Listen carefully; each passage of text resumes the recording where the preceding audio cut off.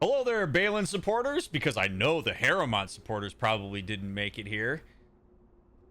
Welcome to part 22 of Dragon Age Origins with a Therapist. I appreciate that you made it through the chaos of that last episode, because it was pretty wild, huh?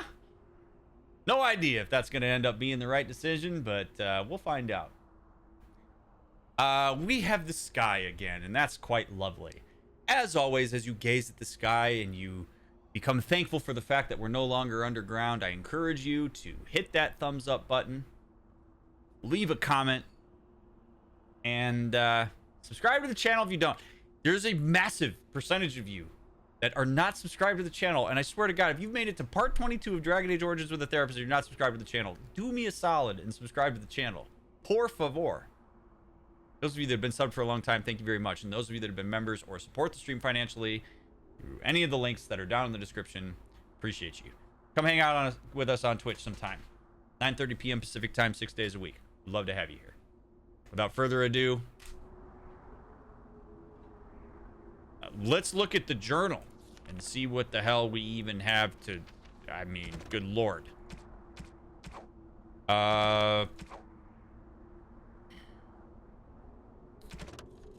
Old Arl Eamon is just kind of chilling back at,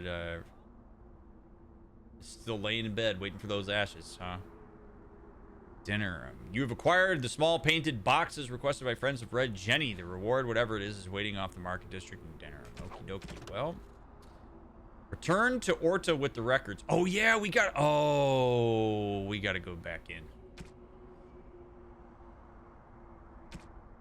He found all the pieces of the Topsider's sword. Returning it to its corpse may bring him some peace. The Topsider's final resting place is in the caves east of Ortenthag. Oh, God, I'm sorry.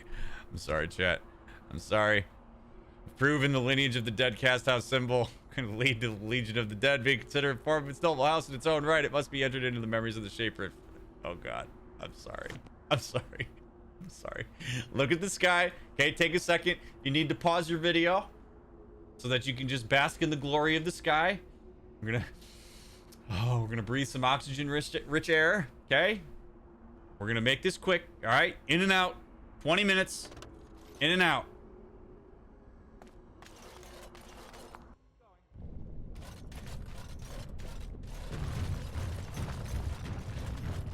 I'm sorry. I'm so sorry. I'm so sorry. You were like, oh man, I can't wait for part 22 to have the sky in it all the way through. I may have a cause to apologize to the sister. Apologize? For what? For suggesting that the sister was gullible for believing in things which were not real. Oh, that! I'd already forgotten about that. Thank you for reminding me. I suppose it would offer some comfort to believe that things occur according to some grand purpose. All those years I spent in Honleith, unable to move, it would be comforting to think there was some reason for it. Do you know there wasn't? Perhaps the Maker did it to bring you here, to us. You once said that you had no purpose. Perhaps you are simply looking for it in the wrong place. Perhaps. I shall think on this. There is real power in considering abstract symbolic ideals as a means to make sense of the reason that we're here. Because the reality is, none of us actually knows why we're here. Right? Purpose is a construct. And it's one that we value very highly. For some people, there is a need to have that purpose be more defined as a means to connect with something and feel a sense of drive to live their life. For some, they turn to spirituality, some to organized religion, some to your own kind of individual values, some turn to hobbies or whatever it may be. And there is real comfort in that. So when people connect to things like religion, it's not an inherently bad thing. When it becomes an inherently bad thing is when people try to take their purpose or what they believe the general purpose is and force it onto others and not allow them the autonomy to decide how to navigate that space. that the interpersonal nature of that sometimes and the power dynamics associated with it are what cause problems. But desiring a sense of purpose and seeking the abstract and the spiritual in order to find it, not inherently a bad thing unless it's causing an immense amount of distress and problems in your life. And if it is, there are other options to consider.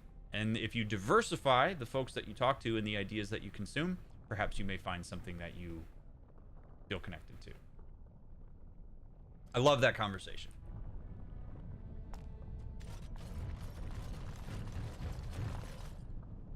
I'm off.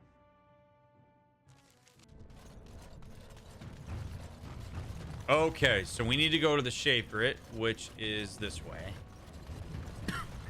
Oh, how I wish there was a fast travel.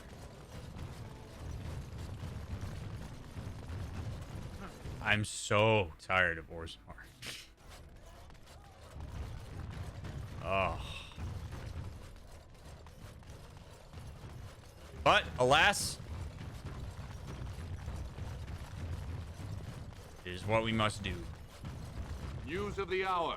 Lord Balin victorious. Lord Harrowmont arrested and ridiculed in the streets. Oh, so he didn't kill him. All right. Too bad Shale can't pick you up and carry you. That'd be badass.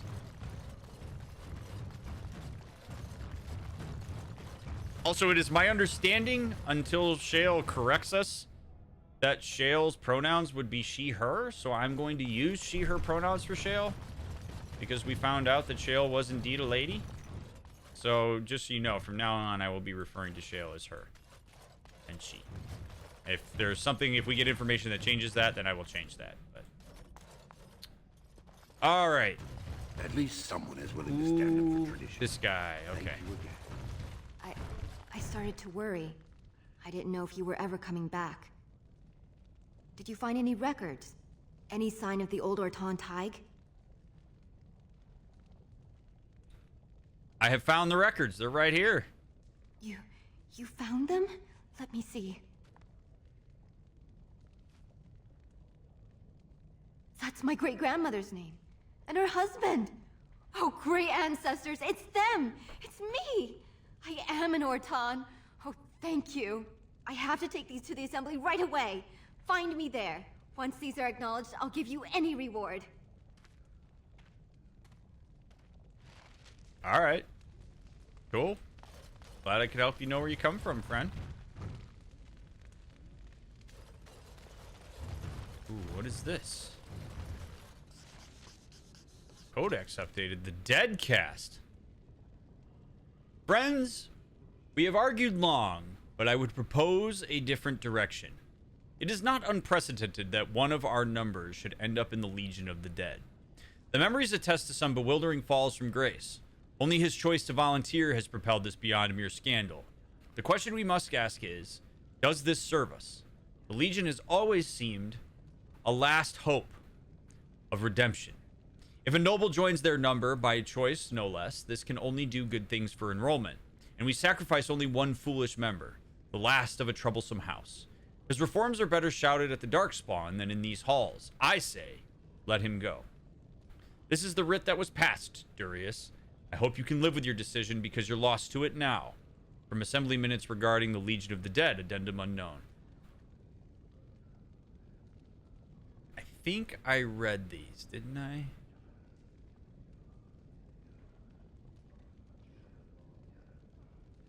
Yeah, I did. Okay. So that was the first part of that. Interesting. Cool. I'm glad I found that. Wonder if Shale would experience any body dysmorphia when being a golem and all.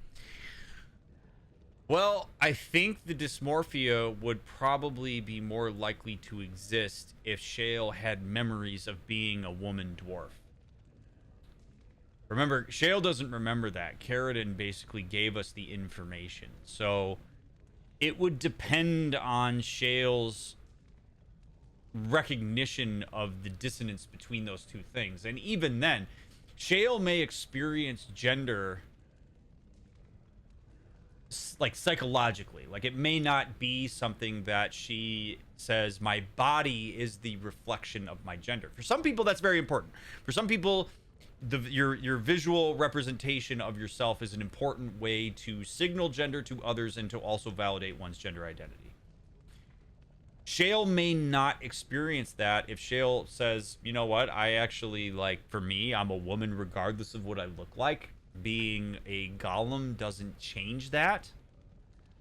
Right? Like, if she doesn't prioritize her physical manifestation of gender, then maybe she's less likely to experience body dysmorphia. It's hard to know.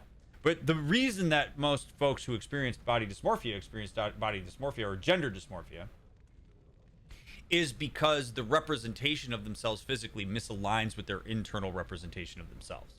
And if that's not happening for a person, then the likelihood of that is much lower. But it also counts as body dysmorphia because of Shale being carved down to fit in door frames. The only person who can determine whether she has experienced body dysmorphia is Shale. We don't have the ability to ask Shale about this, at least as far as I know. So I am not in a position to be able to say, yes, Shale's experiencing body dysmorphia. That's not really how it works. Shale very well could experience dysmorphia if she believes that being whittled away in the way that she was has created a countenance that doesn't align with the way she internally represents herself. But if that's not what she experiences, then no, there's not dysmorphia there. It's not for anybody other than Shale to make that call. All right, let's keep moving. So now we got to go to the assembly in order to talk to her and see what happens here.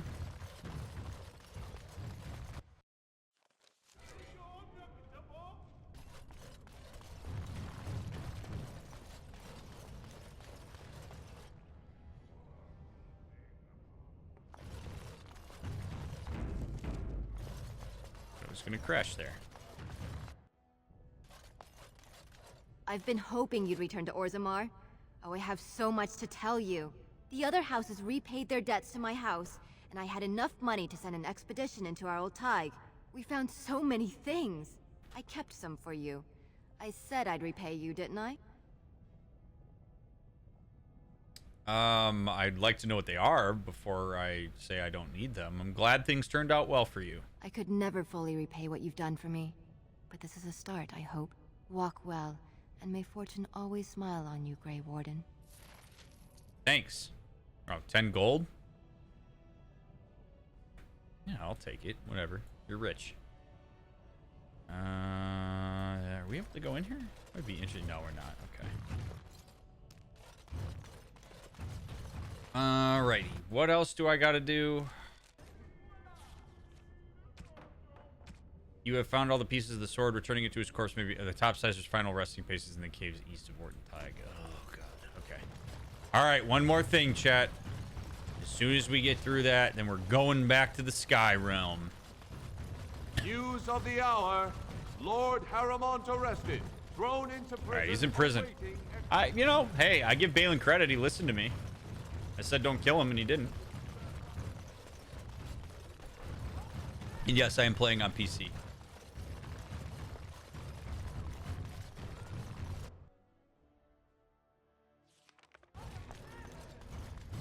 In and out. 20 minutes. I said 20 minutes. In and out.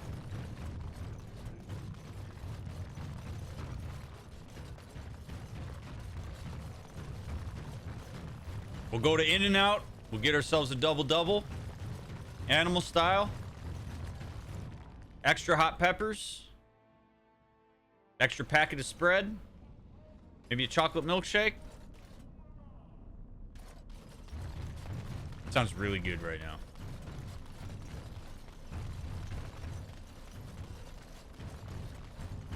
Why did I go down here? Not paying attention. Thinking about in and out.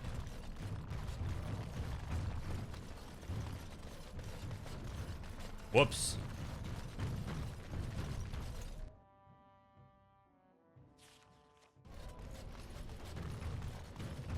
Today at work, I met someone who reminded me of you, and I recommended him to your channel. It was a nice day. Well, thanks, BN. Y'all need to set up stream treats, then. What are stream treats? Wait, what is that?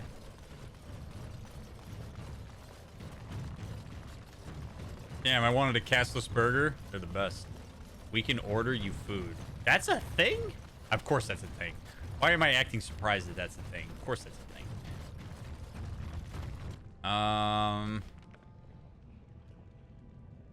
Alright, Topsider's final recipe is in the caves east of Orton Tig. We don't see your address. Oh, that's cool. Orton Tig. Okay, so east of Orton Tig.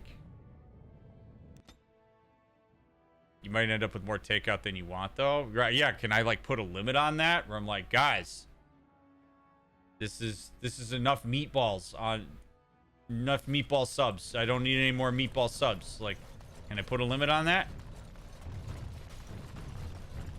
They tell you what to wear in the chantry. You have robes and such that you must wear.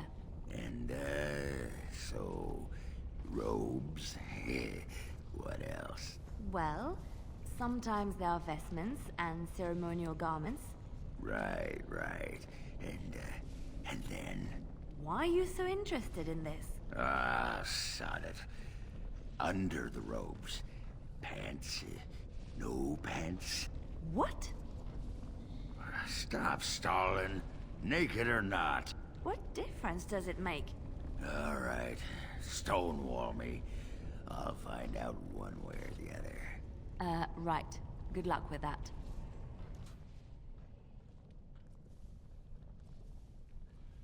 That is harassment.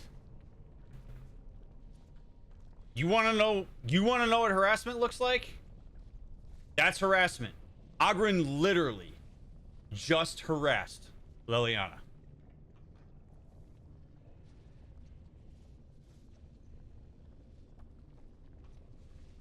Here's how you know what the power dynamics are in a given engagement and in the world at large. Ogren just freely talks about what is underneath Leliana's robes as if he's talking about the weather. But he's got an edge to his voice. He knows that if he pokes and prods in a particular type of way, that he could potentially get that information from Leliana. Because Leliana doesn't have a lot of power to set boundaries with him, because the chances are that Leliana is not going to get backup. That people are going to say, oh, that's just Ogren being silly.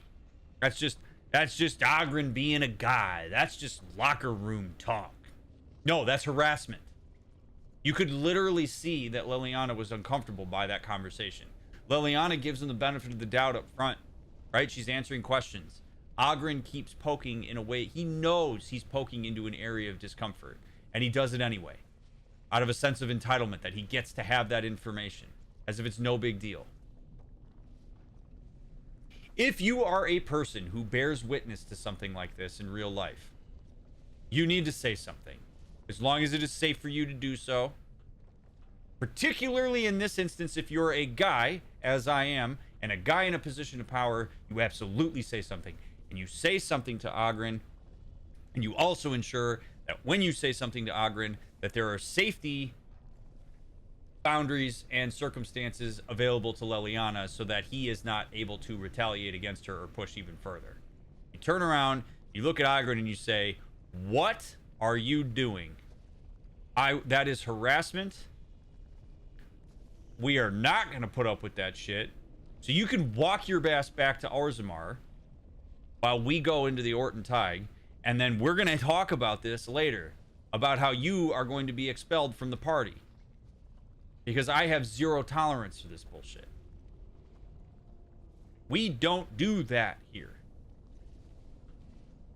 You shouldn't do it anywhere, but we don't do it here.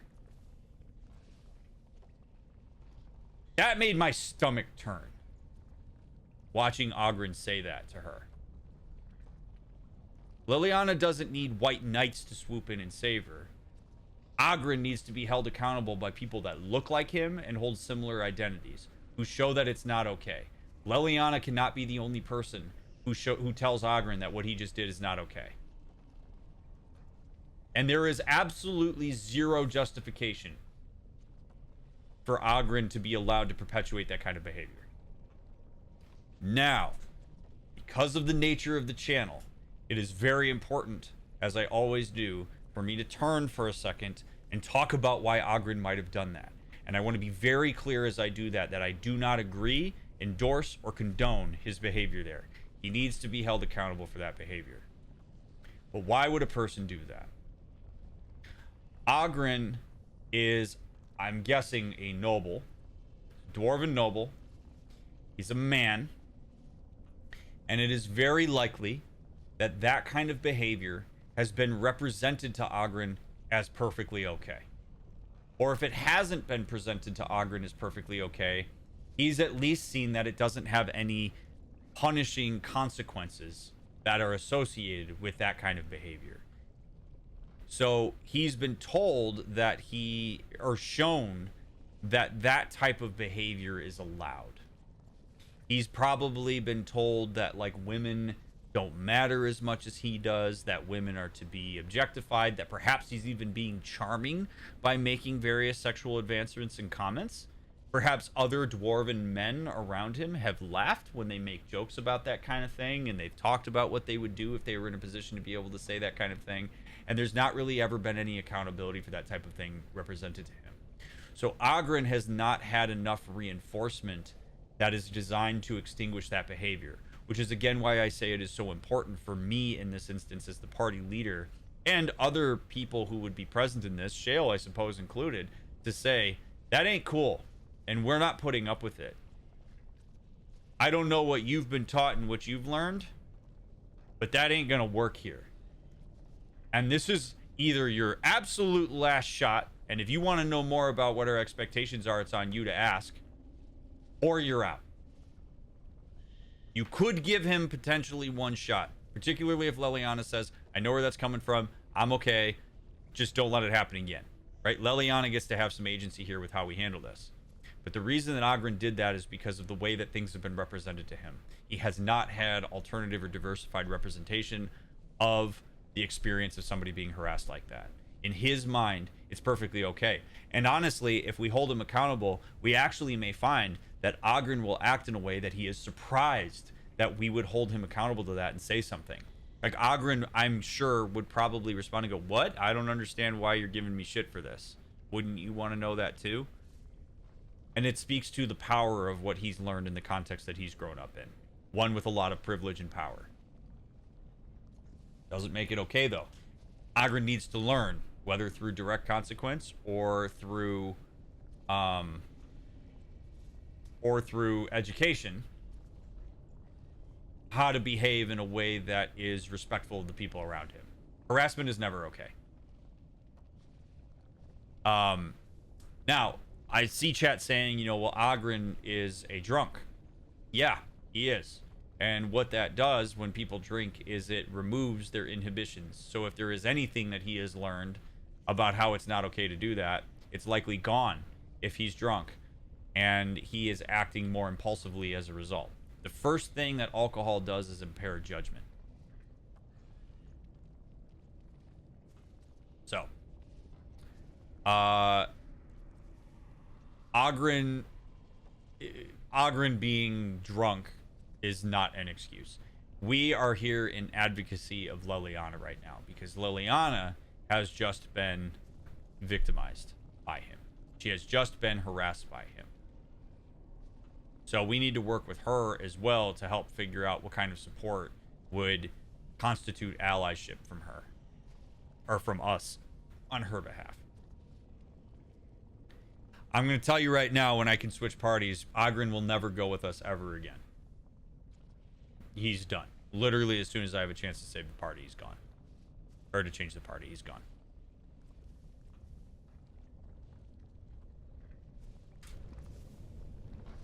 Terrible, man. I hate everything about that.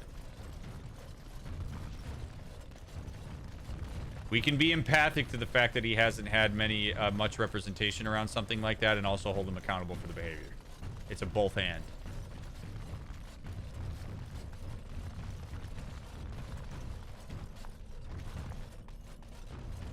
right, so it's a cave to the east of Orton. Okay, there we go. So I looked up from what it shows on the Treat Stream webpage. We get to pick from a list that you said. Everything, including the restaurant name, is kept confidential. There's a cooldown that you said, so you don't receive multiple orders at once, and it's limited to 8 a.m. to 10 p.m. That doesn't work so well for the stream then. I mean, In-N-Out's open till 1. All right, Warrior's Grave. Codex updated. Ooh.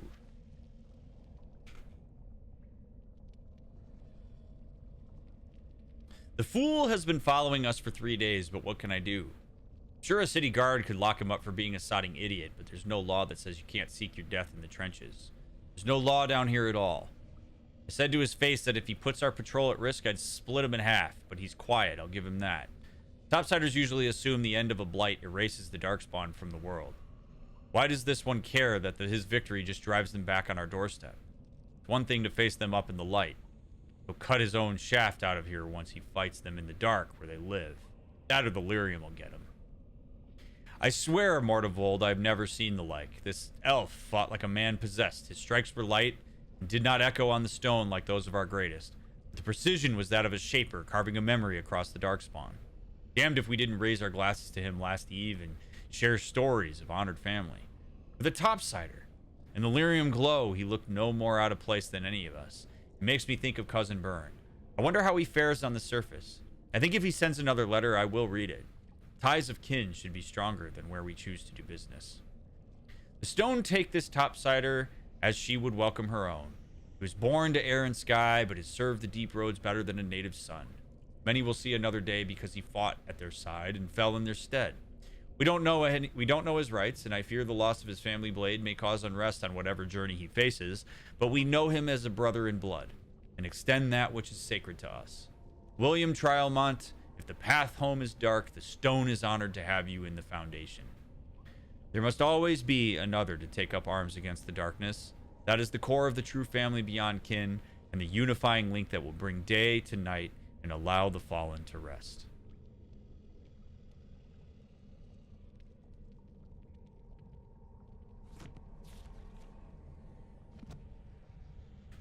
Items received. Topsider's honor. Oh, cool. Longsword main hand. Damn. Wow, that is really good. Holy crap. All right. Ogren, screw you. We'll give Alistair the sword that we were using. Freak yeah, man. That was totally worth it.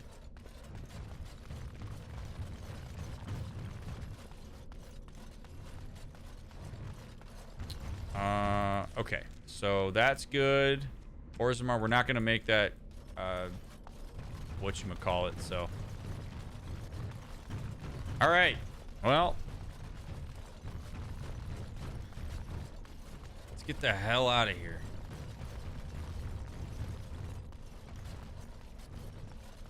Get rid of Ogren.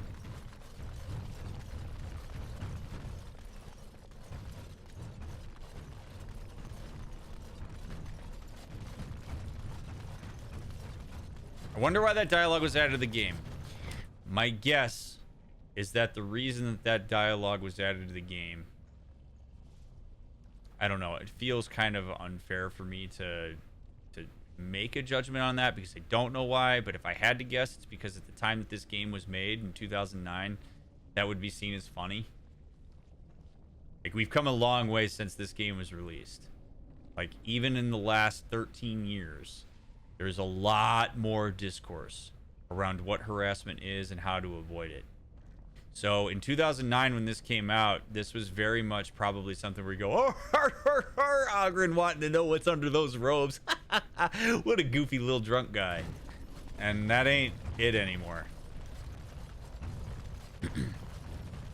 But it provides a really good opportunity for us to engage in educational content. So the fact that it's there is useful to use as an educational tool. So I don't love that it's in there. I certainly don't want anybody to be harassed, including video game characters. And I swear to God, if anybody comments, they're just video game characters, Dr. Mick, you're out of here. I got no interest in that.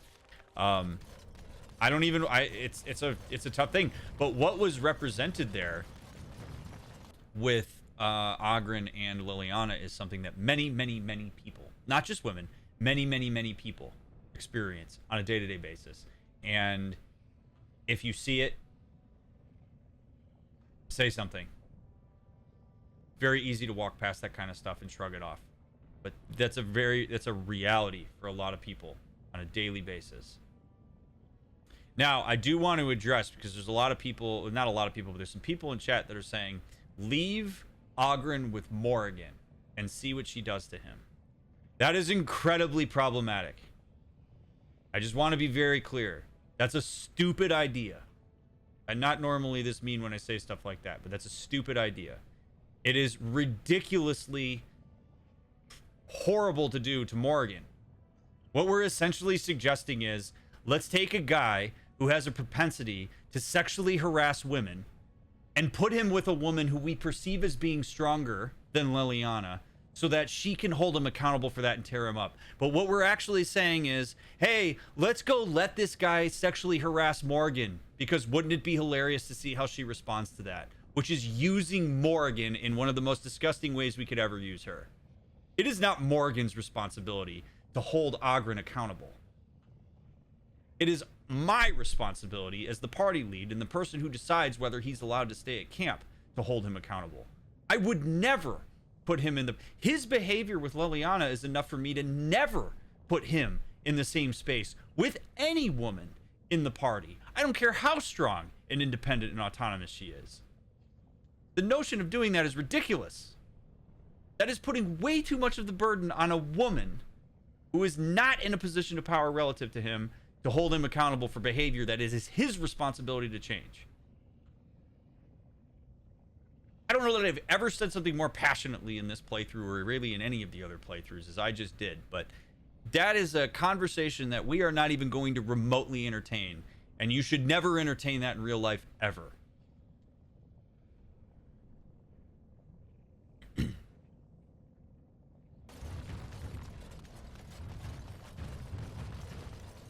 Who knows what kind of harassment Morgan has received in her life? I know she lived in the swamp for a long time, but like, there's no way in hell I'm sending him into that into that. Even if I knew that she could absolutely whoop his ass and set him straight, no way in hell I'm putting him in there, particularly without her consent, just to see what happens. The dwarf have saved its former wife if it could? I assumed that since the drunken dwarf was a master of the inappropriate, it lacked the ability to actually be offended. Good call. Truth is, I don't know. She was almost crazier than when we were married, it looked like. Almost. It is exaggerating, surely. Branka was always a bit twitchy. There was that day she took her forging hammer to my head for misplacing her tongs. Good times.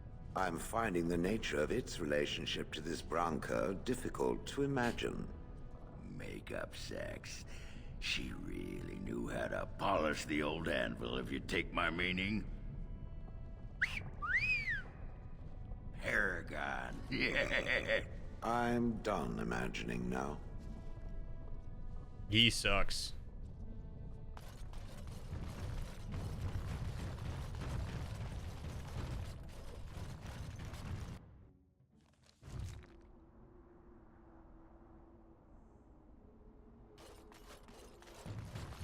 I'm actually, if I can dismiss him from the party, I'm going to. Terrible. It's terrible. Some folks came in yesterday with crazy stories about Redcliffe. You hear about that? Something about the dead rising and killing everyone in Redcliffe. And Arlema nearly dead from some illness. Crazy, isn't it? Sounds like the end times. Make us breath, as if we don't have enough to worry about. Arlema would back up Terran Logain if he were right. I know he would. Alrighty, let's get out of here.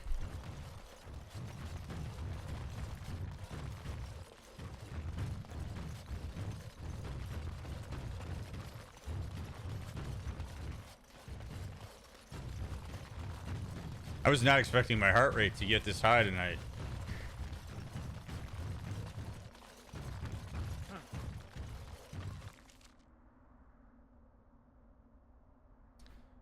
Okay, we're gonna go to the camp.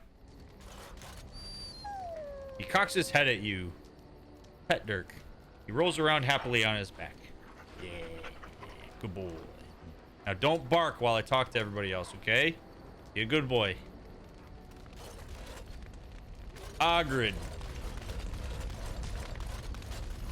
This is your day of reckoning. Come to talk to old Ogren, have you?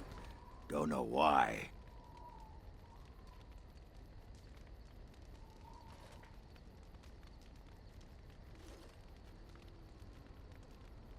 Who do I go for the jugular here?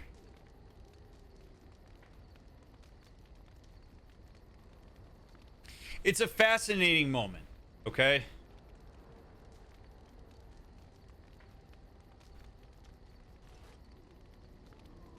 I'm gonna inject some nuance to this, because I think it's my responsibility to do that. Ryan the person and Ryan the therapist are at conflict right now.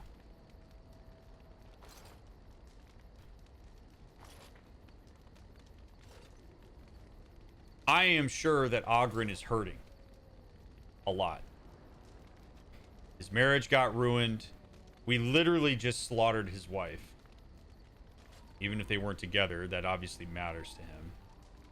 Who knows what his past is? I have no idea what his past is. The dude's got some demons. There is space to empathize with Ogren and to help him take his past and his experiences and channel it into more productive ways of engaging with people. So in that way, we're not using his past as an excuse. We're using it as an explanation. And everybody deserves to have a person in their life who can empathize with their experience, hold them accountable to do better, and provide an interpersonal relationship. For Ogren, that means a professional. That means a therapist. A therapist who can engage with him, help parse out his experiences, and help him do better for the people around him. And if he's depressed, that is perfectly valid and legitimate. It does not excuse his behavior that we saw 10 minutes ago, but it is legitimate. Okay? So it's very easy for us, based on the behavior that we've seen for him, to want to say, get the hell out of here, you're a piece of shit. And you know what? For some, you could do that. If you do that, I don't blame you one bit. I am not interested in having somebody around who's going to perpetuate harassment towards other people in the party. I have no interest in that. If this is a therapeutic context, Ogren has my ear. Not in a way that's going to enable him, but in a way that's going to help him understand the way that he shows up and is going to get into his issues, because every single one of us deserves to have that opportunity to figure out how to do better. I truly believe that. Now, that said, as the leader of the party, as the person who's making all the decisions, is responsible for everybody here, I'm not going to keep him around. That's work that he needs to do outside the context of this group. It's not my responsibility to be a hero here and prevent him from hurting other people, because I'm not in control of him. The thing that I need to do is take care of the Blight, and I need to make sure that the rest of the party is taken care of. We just met him. I don't have any collateral in here, and honestly, even if I did, it might be tough for me to keep him around. I'm going to dismiss him. I'm going to let him figure out his demons. So I'm going to engage with him lightly here, because I don't like the idea of saying not if you're going to act like a depressed child, because that's not the way here. So I'm going to ask him what's up. I'm going to engage him a little bit, and then I'm going to dismiss him when I can. What's wrong? Nothing. I'm fine. Just, I got a hornet in my eye is all. Did you want to talk about something?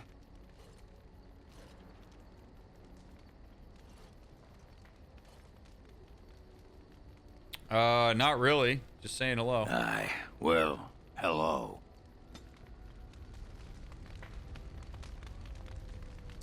Yeah, calling me a depressed child's not constructive. I also believe that if you're gonna if you're gonna hold somebody accountable and dismiss them, you need to. Ooh, very important point here. Okay, about Ogren. When we dismiss him from the party, if we can, I mean, I'm not taking him on any journey, so even if I can't dismiss him, I'm going to dismiss him that way. The worst thing that I could do is let him go and not tell him why. Ogren needs to hear why I'm letting him go. Ogren, I am kicking you out of the party because you sexually harassed Liliana and you made jokes that are not appropriate for this context in the presence of Shale and Liliana. And honestly, had you made those jokes in the presence of me, I would feel the exact same way. I'm not suggesting that just because they were present, that's what made it wrong. No, no, no, no. What you did is not allowed, no matter where we are. Even if it's just you and me sharing a nug in the tent. Okay? You are being dismissed because of that behavior. I encourage you to seek help on how you can make sure that that type of behavior doesn't get you dismissed from context in the future. That is not my responsibility. My responsibility is to this party. My responsibility is to ensuring the safety of those who are in this party. And while I'm sure there are things that you could contribute to this group, your behavior over the last 30 minutes has shown me that this is not the right place for you to be. So that is why I am dismissing you. The reason that that is important is because if I say I'm dismissing you because you're an asshole, he doesn't learn anything. The accountability, the reinforcement mechanism that I am employing as by virtue of having power in this context gets lost. It is very important for him to understand exactly why he's leaving, so he can chew on it and so he can do something about it. Pull up a drink, Warden. Join me in my sodding hole. No.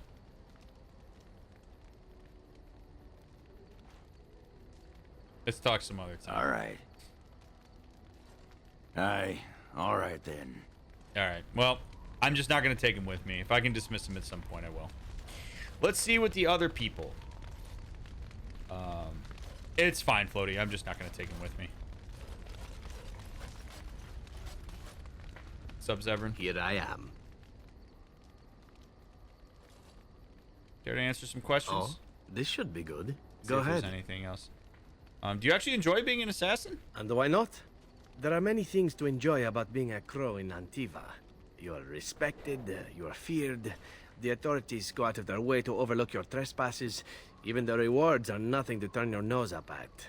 As for the killing part, well, some people simply need assassinating. Or do you disagree?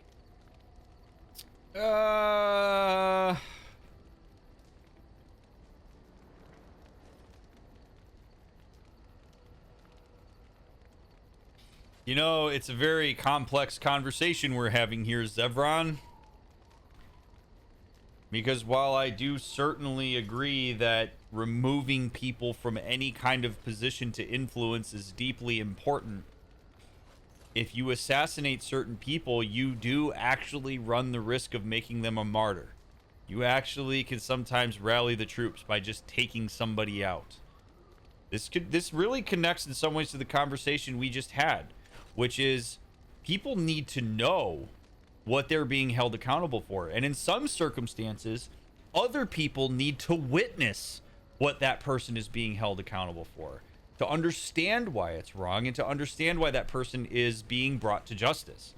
Simply going and assassinating somebody leaves a lot of unknowns, and it can actually crystallize people's beliefs and entrenchment in some of the issues that that person may have been solving or addressing. So this isn't as easy of a conversation as you may think, man. Do I think that there are times where taking somebody else probably for the greater good? Yeah. Does that potentially have all sorts of problems and need to be considered with nuance? Yeah.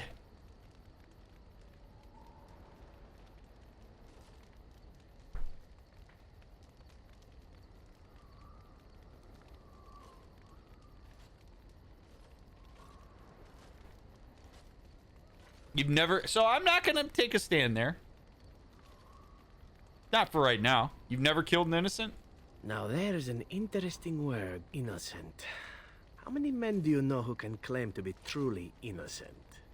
But if you're talking generalities, such as children and relatives and bystanders and such, never on purpose. But it happens.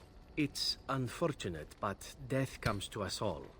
If not me, then some wasting disease, or a fall down the stairs, or at the hands of a darkspawn. It's all relative in the end.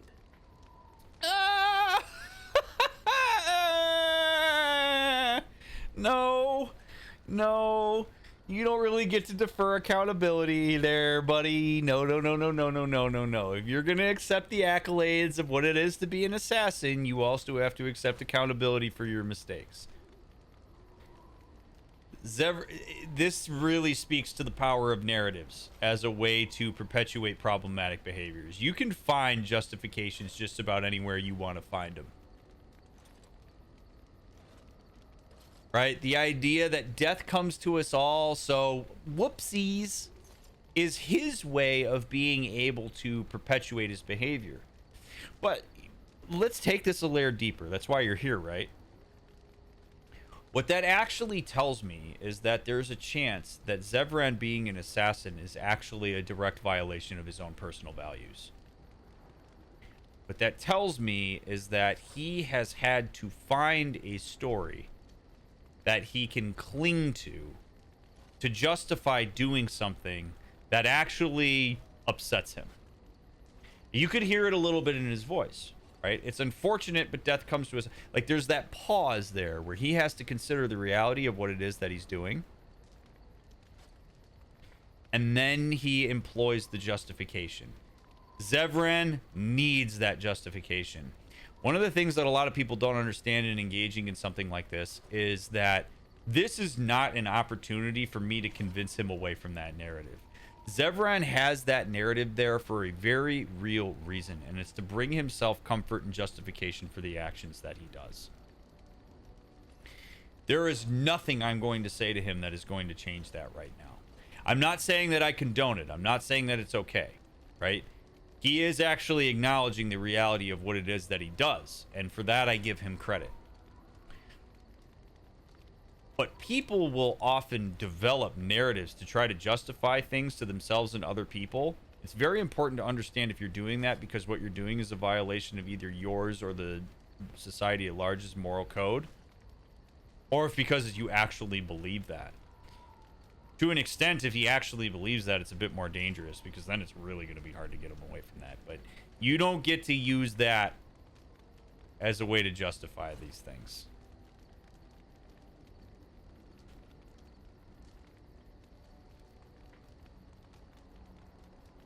It sounds like an excuse.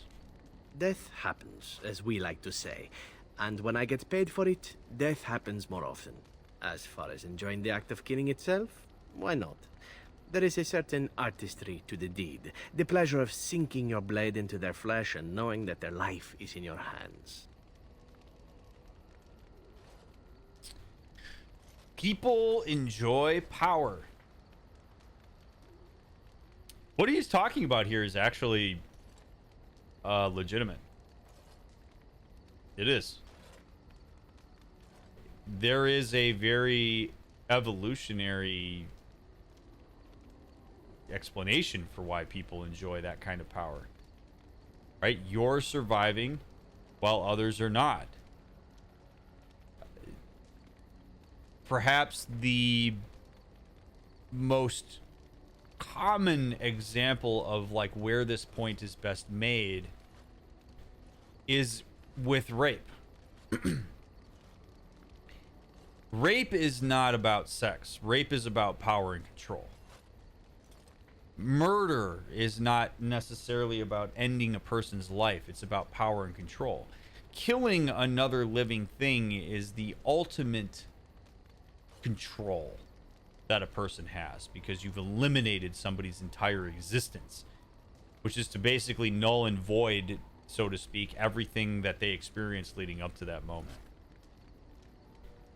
So I actually appreciate to an extent that Zevran has actually thought about this. And he's willing to accept that that's the case. And he's not going to blow sunshine or smoke up my ass about the reason that he does these things. But again, this all falls into Zevran's need to create a narrative bubble that allows him to exist in the space that he chooses to occupy. Zevran does not have to continue to occupy the space of being an assassin, yet he does.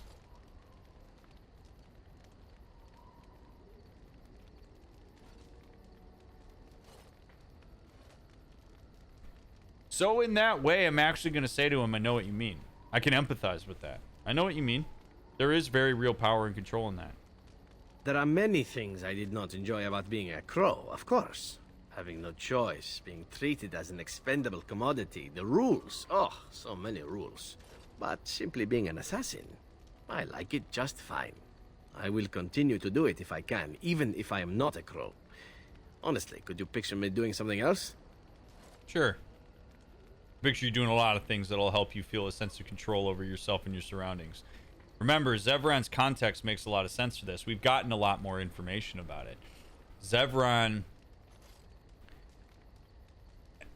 had very little control over his life for the majority of it.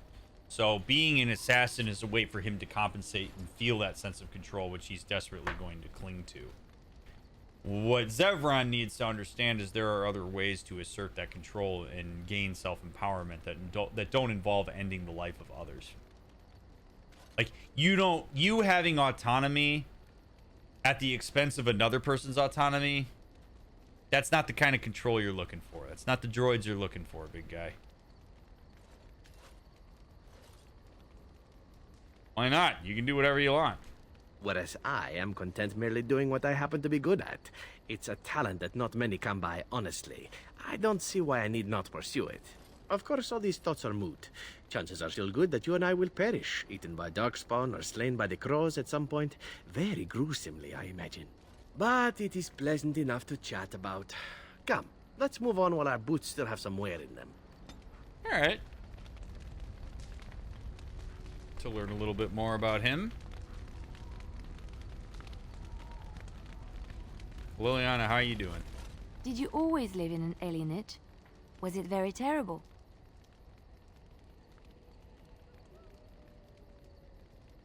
I hate all three of these options.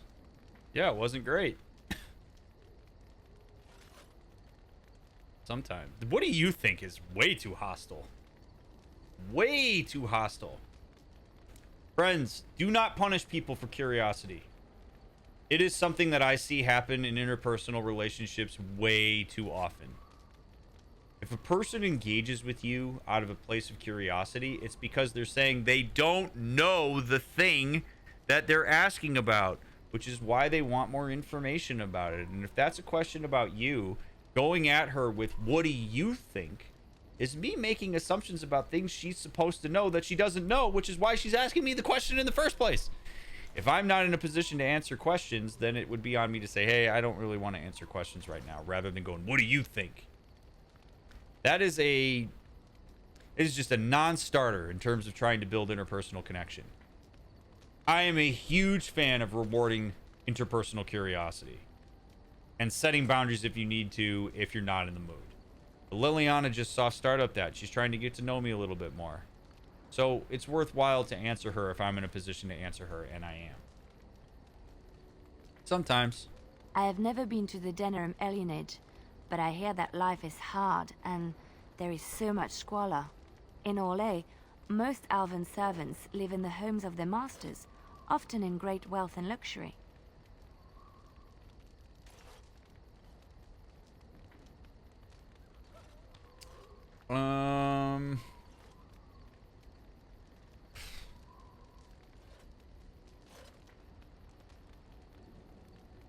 I didn't know that. I've known elven servants with servants of their own. A well-trained elven servant is highly valued in Orlais. They are nimble and dexterous, and many people find them pleasing to look at. Is this gonna rub me the wrong way as an elf? Who certainly hasn't had this experience? Yeah, it is. But what Liliana is saying to me right now is not a personal affront to me.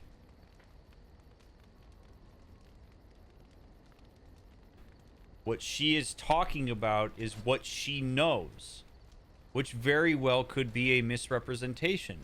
Is there an opportunity for me to perhaps diversify her representation of what elves are treated as? Yeah, for sure.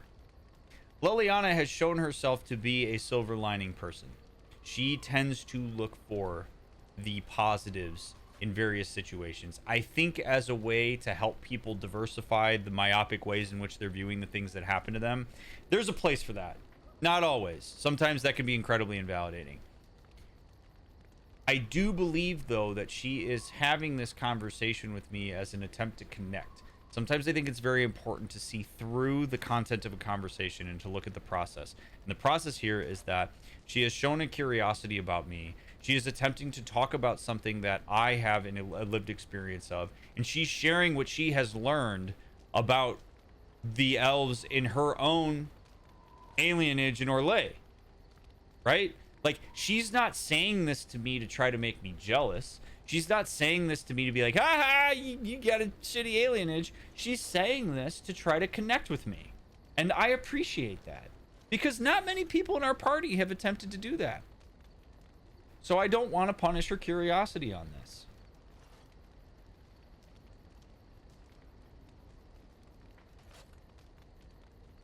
And so it's interesting because there's a bias here in how BioWare has crafted these responses to her. We're supposed to be pissed off at her for asking these questions based on the options that we have. Right? Either I set a boundary and I say I have no wish to continue this conversation. I say like a prize-winning animal, which is a pretty hostile way of engaging with her around this, given the reason that she's engaging with me. Or should I offer myself to some more Legion Noble? That's a ridiculous notion. That's me not listening to her. That's me not paying attention to the dynamics of this conversation. That's me taking this personally and reacting and being a dick and hearing what I want to hear instead of what she's bringing to the table here. So I'm gonna pick the like a prize-winning animal because I do think it's the best way for me to communicate that she may be a bit off in her perception of this without making a direct attack. No, I did not mean it that way. Oh, my words were clumsily chosen. I did not mean to offend. I am sorry. I appreciate her taking accountability for that. Right? That right there is a perfect example of acknowledging impact rather than putting a premium on intention. My words were clumsily chosen. It's very clear that I have offended you. And I am sorry for the impact that my words and conversation had on this moment. That is endearing. She's owning up and reading the feedback of what happened here interpersonally. Cool. Instead of going, that's not the way I meant it. You're mishearing me. You're being ridiculous. Right? That would, in a lot of ways, be a microaggression toward me, given the fact that she's a human and an elf. But she didn't do that. She took accountability. And I have a lot of respect for that.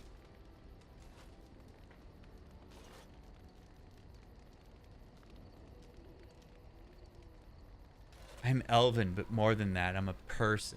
Oh my god. How 2009 is that response? Holy shit. I'm a person. We're all human. There's no differences. We're all human at the end of the day. We're just human. Race is just like a construct. It's okay to appreciate difference, friends. In fact, we should appreciate difference. The whole colorblind, we're all human, got real all lives matter vibes. I'm a person. Apology accepted. Thank you. You have given me a lot to think about.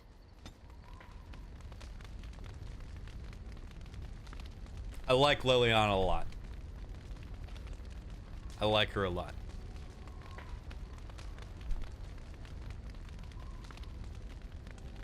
Just please don't sing any more songs. Something I can help with? Yes? What's on your mind? I don't remember if I've had these conversations with her, so let's I heard that in Orlais, minstrels are often spies. Where did you hear this? Now, recall that she should be okay with me engaging with her in this way because this is how she's engaged with me. I don't remember where I heard that. Not all minstrels are spies. Most are just singers and storytellers, but some of them are what we call bards. What's the difference? Many use the two words minstrel and bard interchangeably, but to do so in Orlais would cause misunderstanding. Bards are minstrels and more. Spies, as you say. Some say there is a bard order, but I don't think this is true. Many bards work alone or in small groups, doing the bidding of a patron who pays for their services. If there is an organization behind it all, no one knows who they are. What sort of services does the bard offer? What do you think? They infiltrate, steal, sometimes assassinate. It depends on the bard. In Orlais, there is much rivalry amongst the highborn. They fight over land, influence, and the favor of the Empress. But they cannot do this openly because it is impolite, and in public, they wear smiling faces and pretend to be civil. In secret, they plot and scheme to destroy each other. It is a game completely meaningless to anyone but its players. Interesting. You seem to know quite a lot about these bards. And I shouldn't I, after having spent most of my adult life as one? You've guessed as much, I'm sure. But does it really matter what I was? What's past is past. Fair. Right.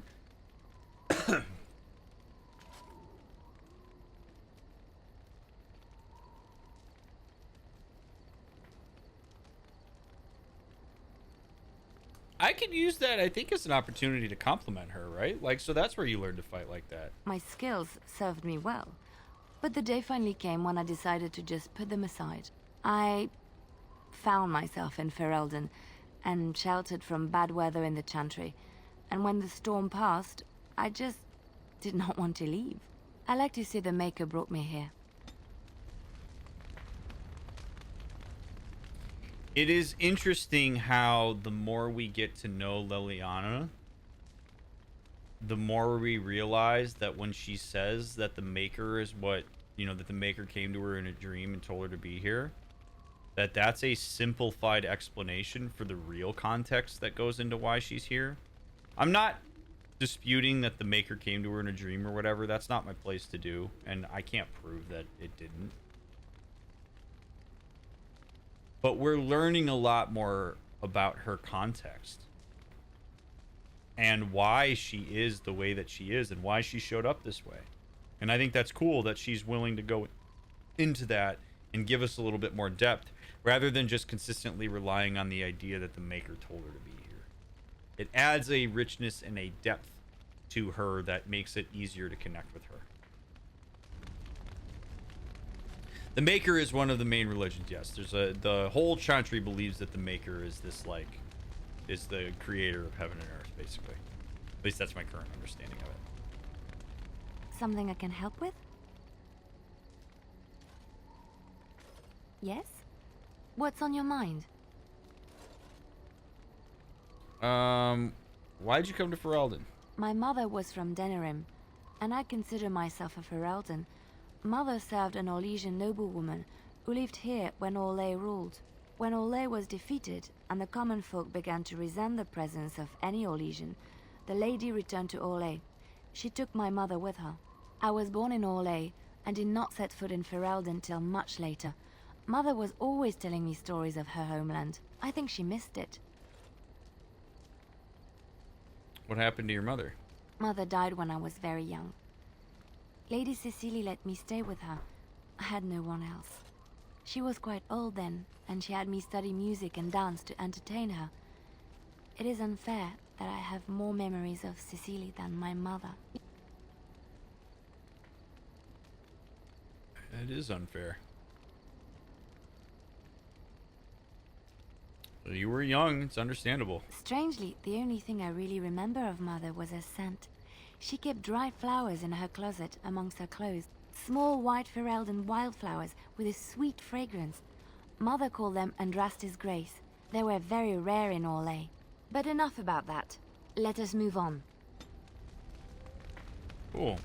I'm not going to risk her singing me a song, so I'm not going to ask the other thing. I cannot bear that. What do you need? Ask away. We already talked to him about that stuff. Yes. I am hardly surprised. Very well. Sten doesn't have any more. Speak, then. Then I suggest we move on. Okay.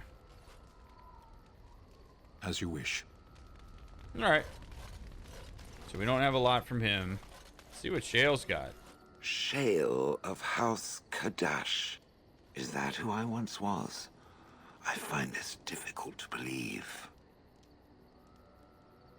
Very interesting concept in there, right? Is that who I once was? Technically, you still are? But there's a real disconnect from that, right? Like, there's now this new identity that Shale has developed by virtue of being a golem. So, you want to talk about some real serious, like, psychological gymnastics that a person has to go through. In terms of identity, Shale is running the gauntlet right now.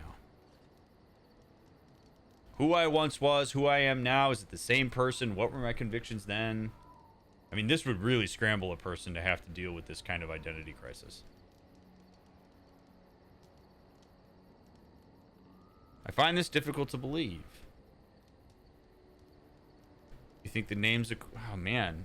None of these responses are good. Man, the way that I would respond here is to say, what do you mean? Tell me more about that. What's difficult to believe about it? Right? Like, I'd engage with curiosity. I don't like these options. Are you doubting Carradine now? That's me making a judgment and operating off of my own perception of what's going on. It doesn't add anything to this conversation. You think the name's a coincidence? Same thing. Shale didn't say that. I don't find it difficult to believe at all. Is making it about me. None of these options are good. You're tall for a dwarf is making light of a very real thing that Shale is struggling with. So I hate every single one of these options.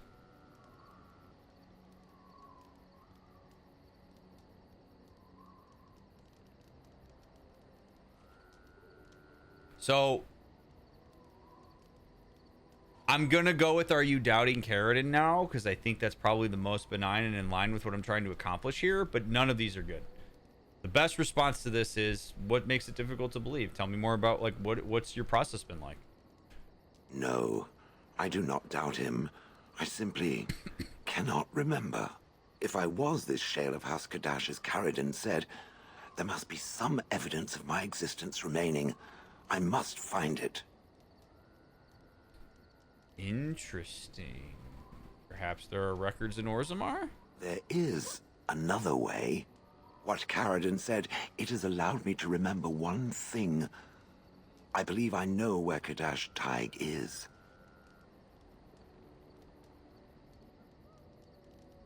We could go there if you'd like.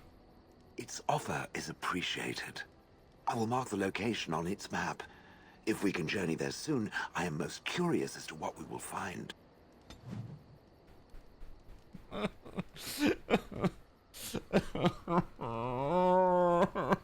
laugh and I cry at the same time. We can't. I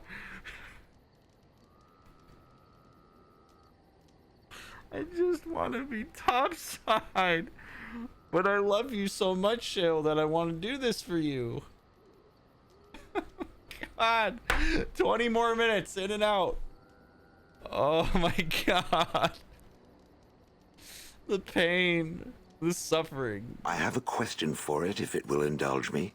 It chose to side with Caradon and destroy the Anvil of the Void.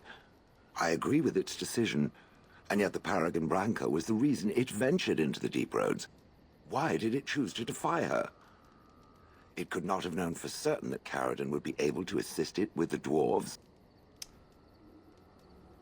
I love Shale. I love the intensity of curiosity that Shale brings to the table. It is so genuine. And it's a really cool question. One that I'm not threatened by. Because my answer to this question also gives me a lot of insight into myself. Why did I make that decision? The reality of why I, Dr. Mick, made that decision was because I had a mixture of known and unknown variables. I was told by the person who literally created the anvil what its purpose was. And I have no reason to dispute that. And the feedback of how Branca reacted after I made the decision I made further confirmed that decision. But Branca's desire to have power and the ruthlessness with which she was willing to go to the ends of the earth and leverage her position as a paragon in order to make it happen suggested to me that there was truth in what Caradon had to say. So the idea that I would be the reason that many dwarves were voluntarily or particularly involuntarily brought to the anvil and turned into golems? No way am I making that decision. Absolutely not.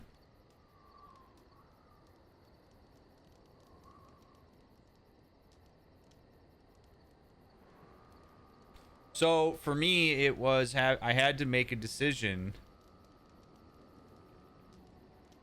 that I believed was the right decision to make in that moment. So I was willing to risk it. It was the right thing to do. It aligns with the values that I have as a person in the context that I'm in. That was quite the risk. I am pleased that it worked as it did. At any rate, I wanted to thank it. It gave Caradon the end he wanted, and I'm pleased to have been a part of it. I will have to think on Caradon's words to me. It was a great deal to absorb, but for now, let us go on.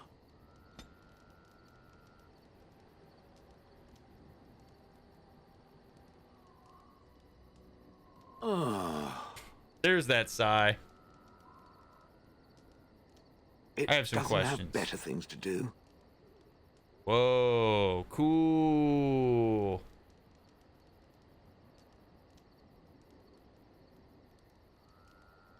Are those crystals in your skin? I like to think of them as accessories. What do they do? I suspect that it is an art that was practiced when golems were more, commonplace. My former master collected whatever lore he could find on the subject. He searched far and wide to collect what crystals he could and then added them. It is not an unpleasant sensation. The dwarven thing, then. So I would assume. My former master enjoyed poking around the ruins in the Deep Roads after all, and bartering with others who did. As I understand it, the crystals allow me to alter the flow of magic around me. Wilhelm had hoped to turn me into a battery of mana, something he could tap at will. Did he succeed? Not really. Although now that I think of it, these attempts may be what caused my disruption.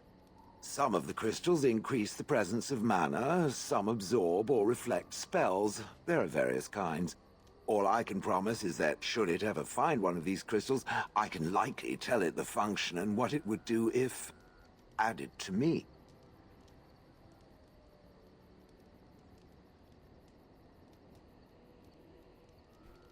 Would you be willing to have more added? Why not?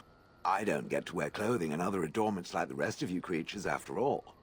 That answers its question, I assume? Unless it has more. I'm not sure the answer to that question, Anonymous. I would love to ask Shale about it. How did Wilhelm come to acquire you? That part I know, as Wilhelm often bragged about it to whomever was willing to listen to him. He claimed to have found me in the Deep Roads. I was in the ruins of a Tig, he said, deactivated, with my control rod not far away.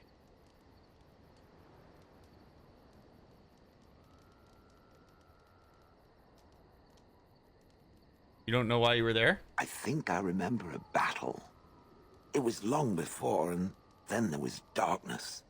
Bah, in short, no, I do not remember why I was there. It makes no difference. Fair enough. What was Wilhelm doing in the Deep Roads? It was a hobby of his, scavenging. One of the reasons he traveled so much is that he was looking for entrances into the Deep Roads, old places the dwarves had long forgotten. And then he would sneak down and search for magical treasure, before anyone was the wiser. Oh. You know where in the Deep Roads this was? No. That secretive bastard refused to tell me. I would ask and ask, but no. He used to say that one day, if I were compliant and didn't talk back at his wife, he would take me there and I could look around myself. Rotten, lying bastard. If I had his head in my hands now, I would squeeze it like a giant lemon. Squish. Man, that's shitty. Wilhelm literally used a vulnerable aspect of Shale's existence as a tool of manipulation. In some ways, you could look at it and say, well, okay, there are things we need to do to set boundaries and hold people accountable to certain standards of behavior. And that is true. You can do that without holding something over somebody's head like that. Saying I will do the thing that you desperately want to do as a way to, I'm going to control your actions in order to make that possibly happen. That gets into the manipulative space. All boundaries are manipulative in some way because all boundaries are designed to change human behavior relative to us, right?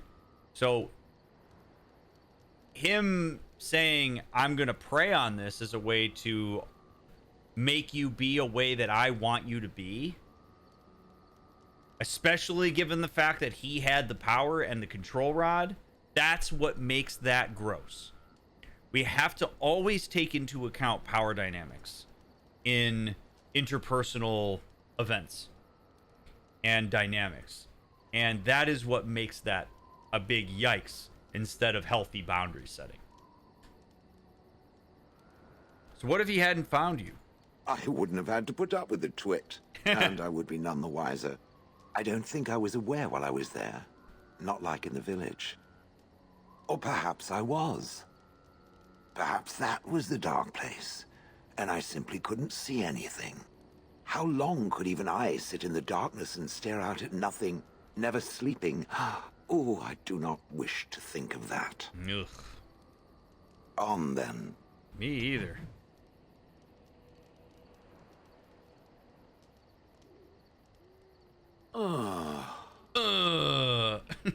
It doesn't have better things to do.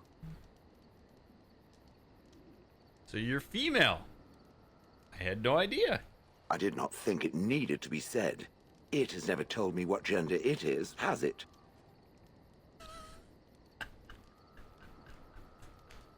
You right.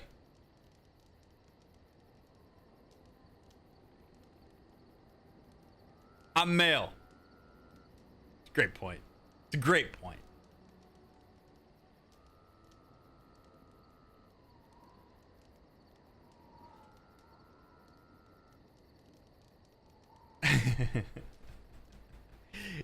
None of us are entitled to that kind of information from somebody else. Now that said, I mean, gender is a very, I mean, it's a part of identity that is very important to many folks because it's one of the identifiers that we tend to use when we're trying to get a sense of who a person is. Do people generally make assumptions about folks' gender? Yeah. Is doing that a malicious act? No. us making the assumption that Shale is male because many of the properties of Shale's appearance seem to be more in line with how maleness is represented is not unreasonable. If we refer to Shale as he, and then Shale says, actually, I'm a woman. Awesome. Easy peasy. Cool. Oh, sorry. Do you use she, her pronouns? Yeah. Okay. That's how easy it is. Okay? There's not any kind of maliciousness in there. That is, in some ways, the better approach. Because if you immediately go up to somebody and ask them, what's your gender? First of all, you damn well better be doing that for every single person you come across, whether, no matter how built into the stereotype that person is. If you're going to ask one person what their gender is, you better ask everybody what their gender is. Because otherwise, one of the things that you do by directly asking somebody that is, one, you acknowledge ambiguity. Two, you potentially put somebody in an uncomfortable position to out themselves, which may not be particularly safe for that person to do. It very well could be that if we refer to Shale as he, that is actually better for Shale. And if Shale doesn't correct us, okay, right? If Shale chooses to correct us, then we go with what we have been corrected to say. The shitty thing to do would be if Shale says, yeah, I'm a woman. You can call me, you can use she, her pronouns. And we go, no, you look like a man. That's when you suck. Because now we're making it about us.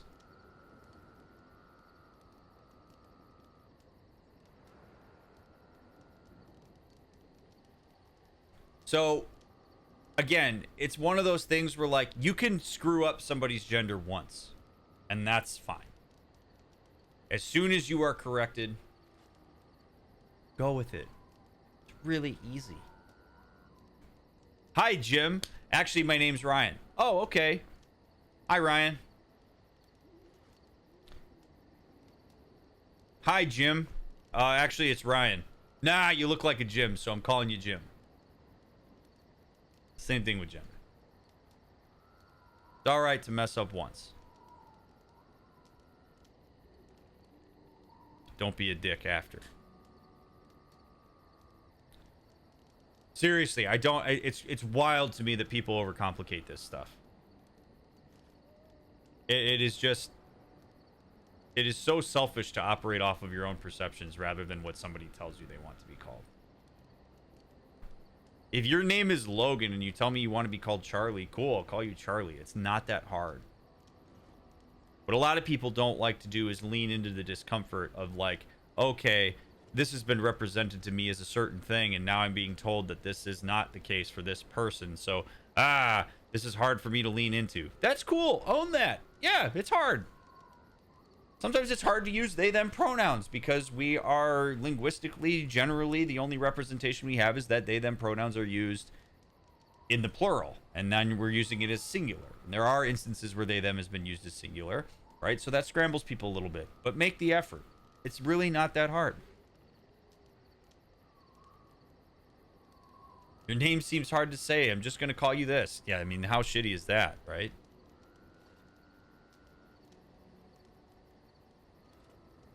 So, make the effort. All right. I'm male.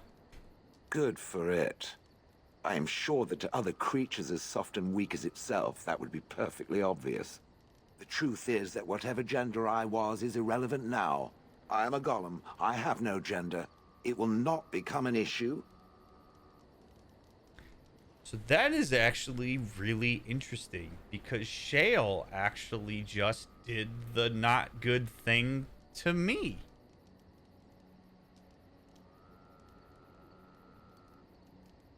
I literally came out straight up and said to Shale, I'm a guy. And Shale says, you're it. And if I say it doesn't work for me, please use he, him pronouns, I would expect Shale to respect that.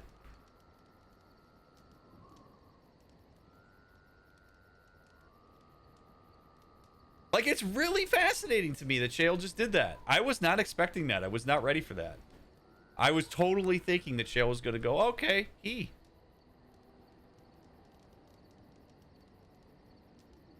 So, again, it's like, okay, cool. So, if I was actually in this engagement with Shale, what I'd say is, okay, so what pronouns would you like me to use? Would you like me to use she, her, or would you like me to use it?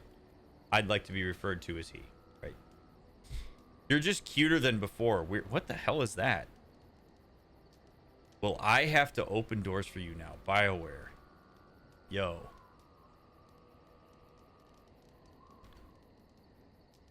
No, it's not an issue at all. Good. Let us leave it at that. Now, let us crush something soft and watch it fountain blood. That is a girlish thing to want to do, yes?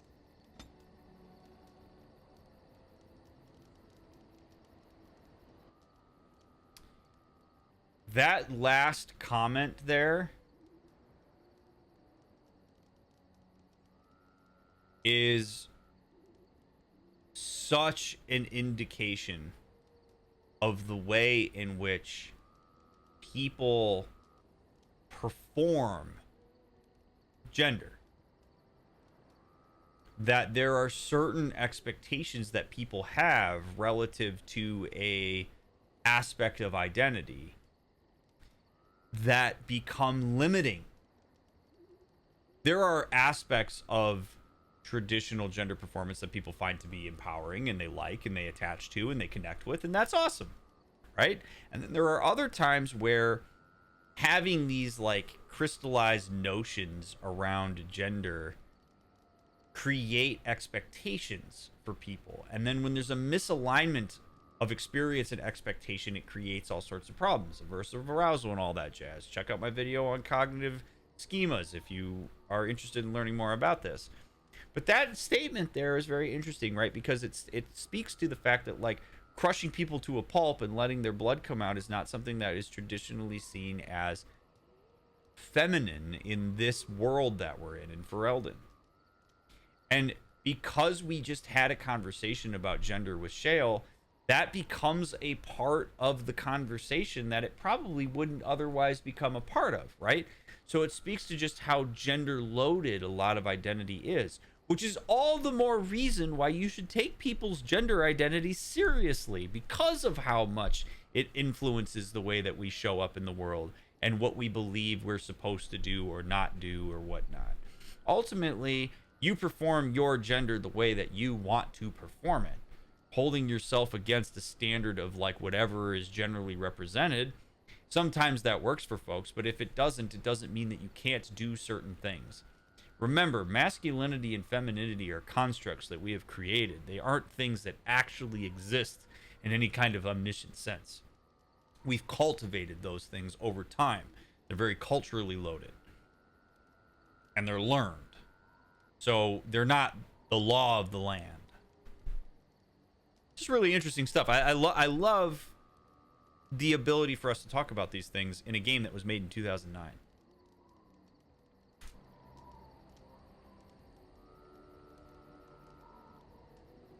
Very cool. All right.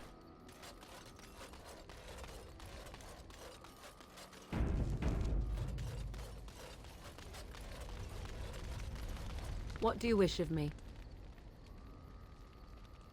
If you must. Okay.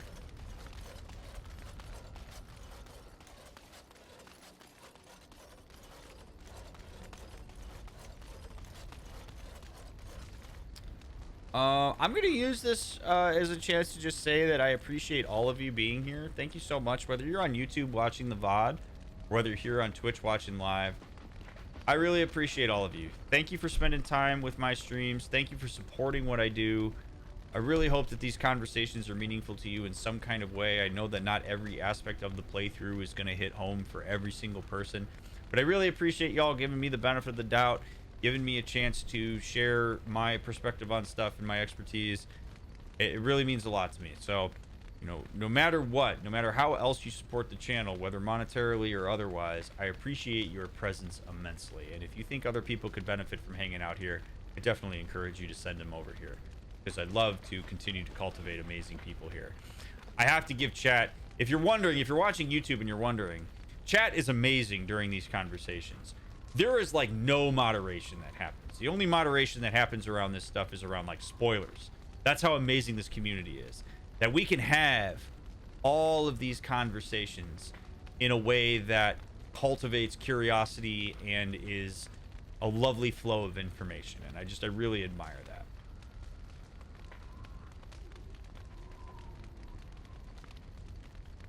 that.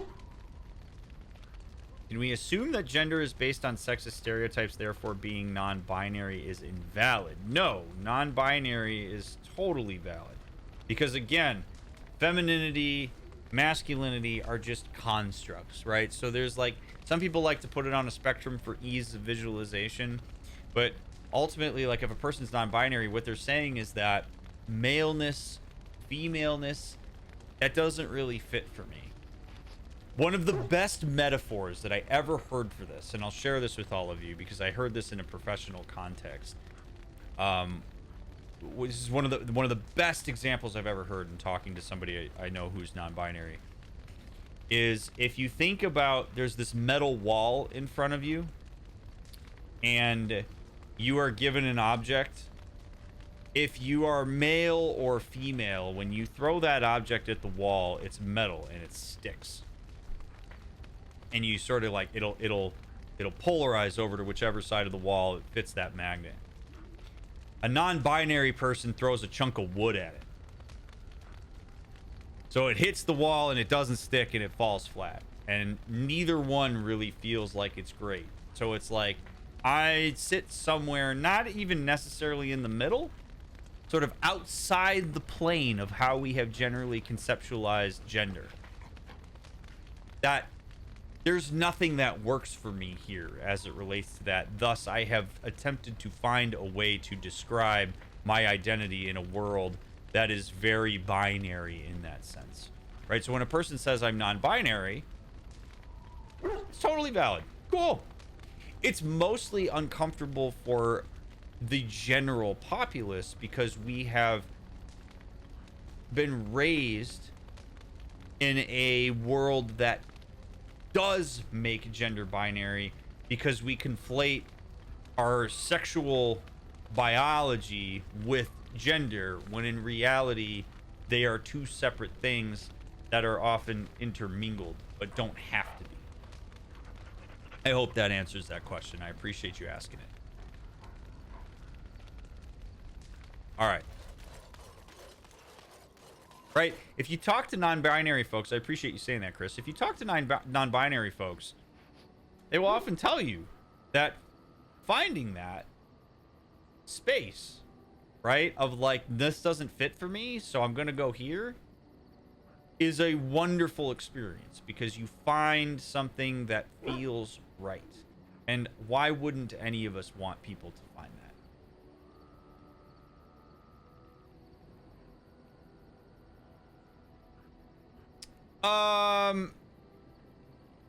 Hard to say, Trish, right? Like, it's like sometimes this works and sometimes this doesn't. Sometimes it's like there's parts of this that work for me and other parts that don't, right? This is where we get into subjective experience, and you'd have to kind of ask a person who has that experience how that fits for them. Would offering your pronouns when meeting somebody new be best practice? That way you give someone the option to offer their pronouns without asking outright and risking outing them. Do that because it's important for you to have people use the right pronouns, right? Like, if you're going to share your pronouns at the outset, do that because that's important for you, not because you're trying to necessarily, like, get somebody else to do something.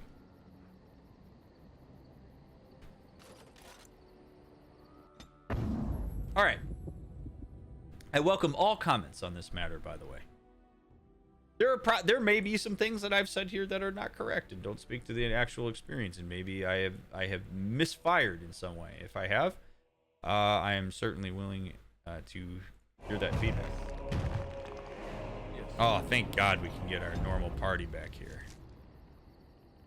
Oh, my friends.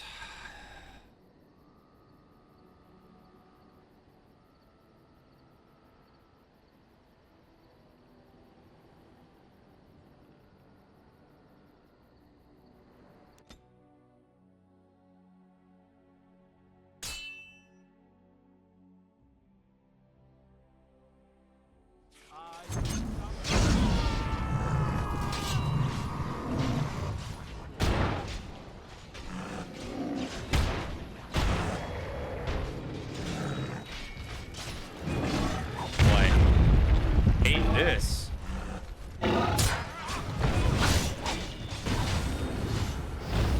God, we have all these great conversations, then we gotta fight ogres and darkspawn. Ugh.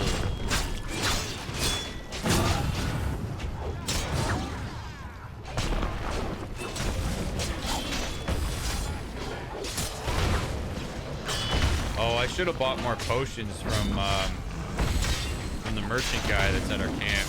Forgot to do that.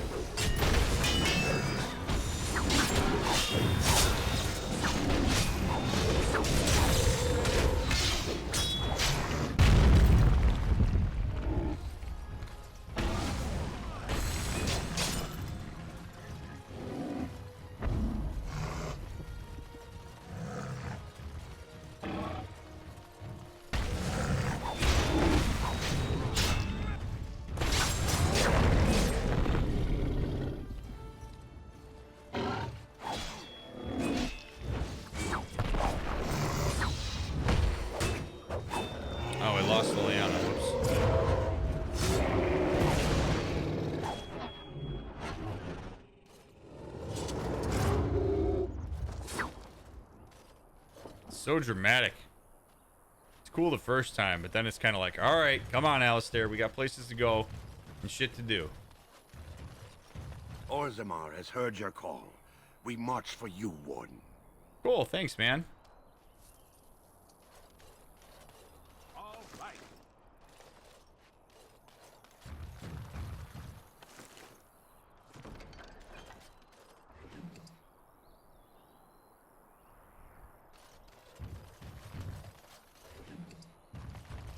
Alrighty. Well, that was fun. What did we learn?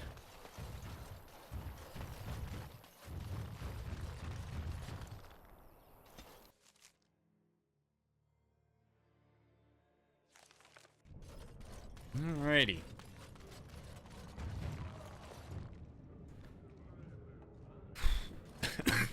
And we're back. We're doing it for Shale, though. It's got renewed vigor.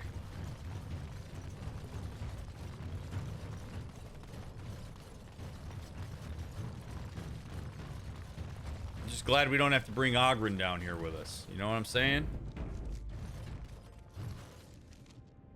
Here it is, Kadash Tig. Shale has dim memories of a bustling dwarven Tig nestled somewhere amongst the deep roads. At least we can go straight there and I don't have to deal with all the extra bullshit.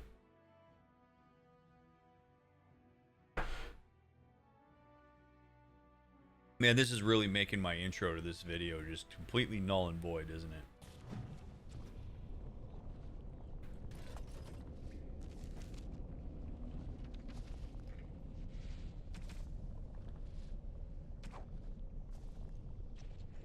Okay, here we go.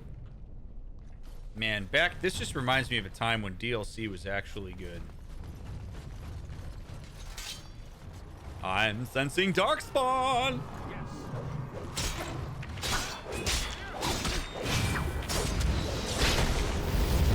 You think you're a dwarf with how much the deep roads are calling you back. No kidding.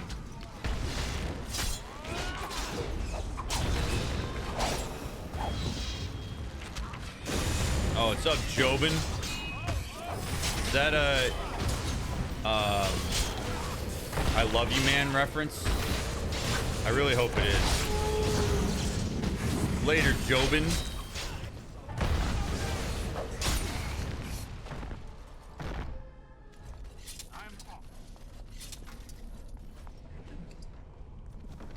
Welcome back to episode 228 of the Let's Play. We're finally left Orzammar. Just kidding. Maybe next time. No kidding. It's just a mashup of my name. Oh. Not that I'm disappointed by that. It's just, I love you, man.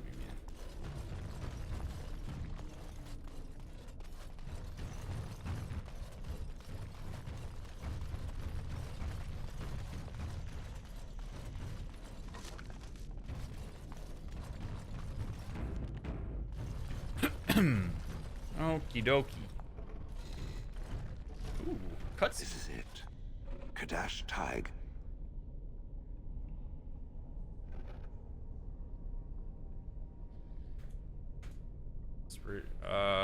This is where you're from? Perhaps. It may also be where I was found. These ruins are always overrun by vermin. There may be something noteworthy further in, however. I like this. This is cool, man. This is cool. We're doing a solid. Was this the home once? Did I live here? I don't know. But now I'm sensing more darkspawn.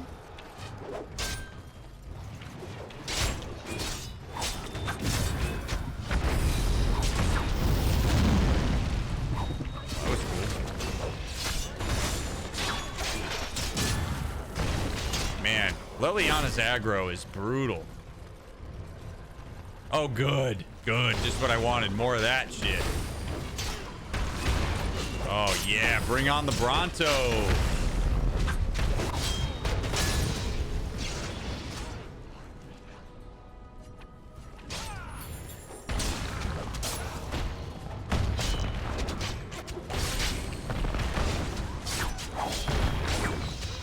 Wrecked.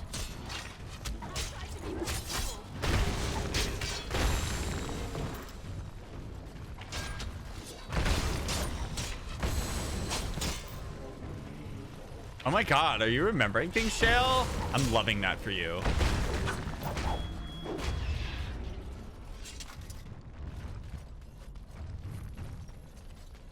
Let's see.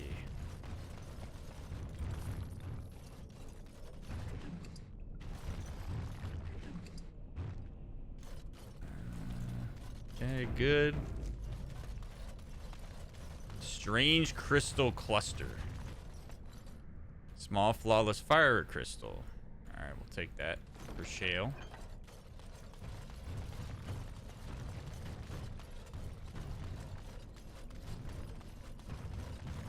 The chest over here.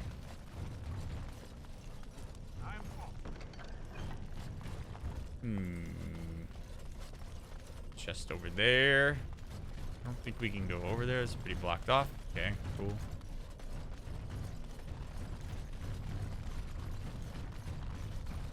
I want to explore all the parts of this that I can. This area is kind of cool. At least we get a little bit of light from above, right? Like, see a little bit of sunlight here.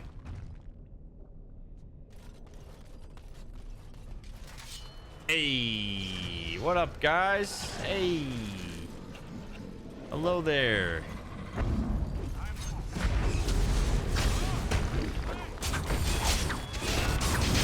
Oh, we gotta kill Mr. Fabulous Death Magic Herlock Emissary guy. Hey. Knock his dumb ass over.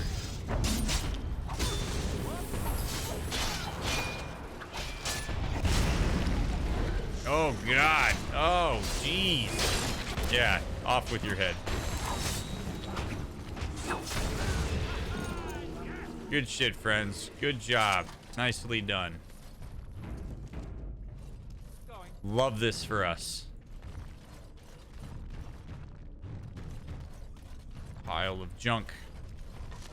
Darkspawn dagger. Not interested. Chest. Oh, Liliana. Thank you. Silk carpet. A carpet woven from fine silk thread. I didn't know that was something we could come across down here. A lovely accoutrement for my home. Blood-gorged amulet. Plus 12 constitution, minus 3 strength, minus 3 willpower. I don't know that I like that. Large flawless natural crystal. Cool. Is that actually better than what I have on shale? Small clear natural crystal. Large clear natural crystal. Let's get the flawless going here, homie. Oh, baby. Okay. All right.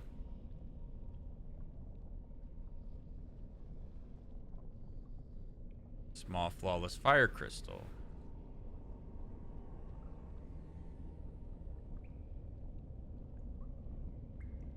Damn, looking good, Shell. Look at that. Glowed up in the flesh.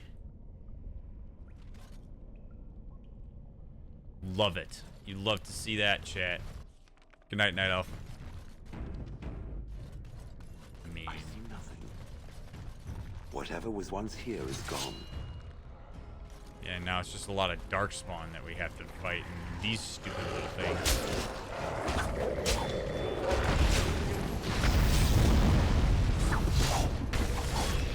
Are these the crystals that Shale said that she can tell us about in camp? Yeah. I believe so.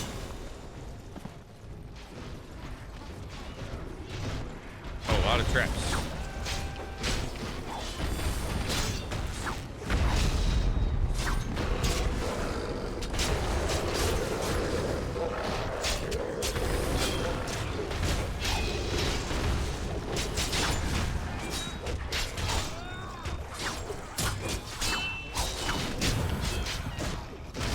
I really do wish I could just bypass combat, man.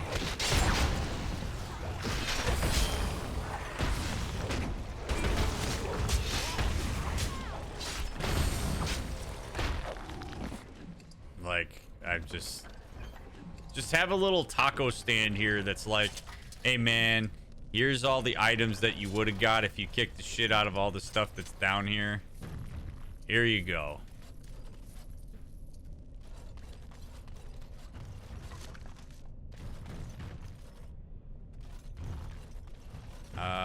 Liliana, go ahead. Do your thing. So I hear, Jobin. Looking forward to that.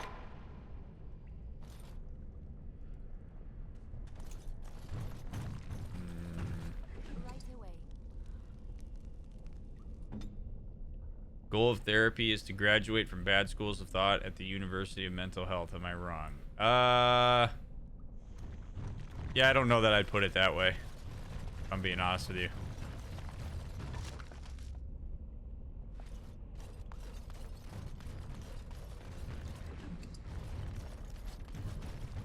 I don't know that that analogy works for me.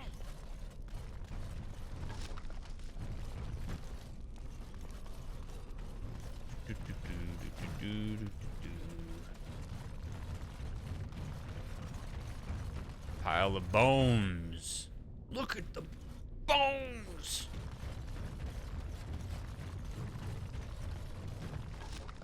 It is the rabbit. What? Behind the rabbit? It is the rabbit.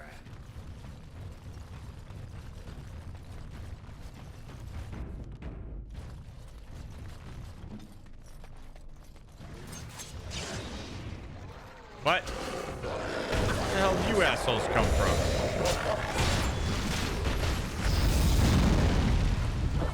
Good night, BN.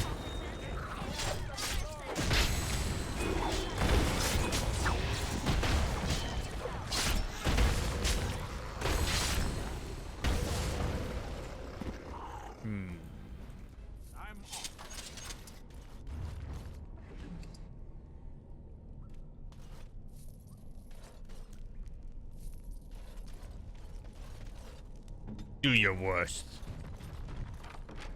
More silk carpet, huh? You don't know. I'm gonna take a silk carpet ride. Pile of bones. A lot of piles of bones down here. Oh my god. Excruciating.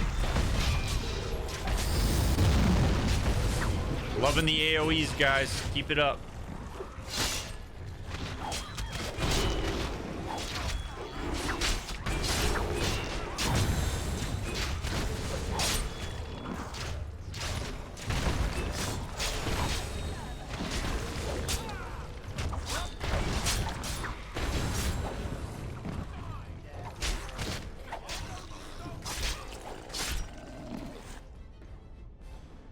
Sew them together and we can make a cape for Shale.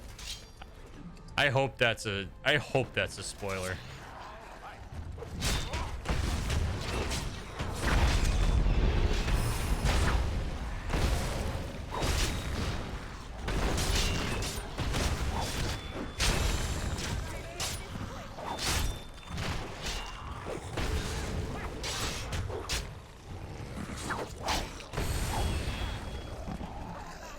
That is enough.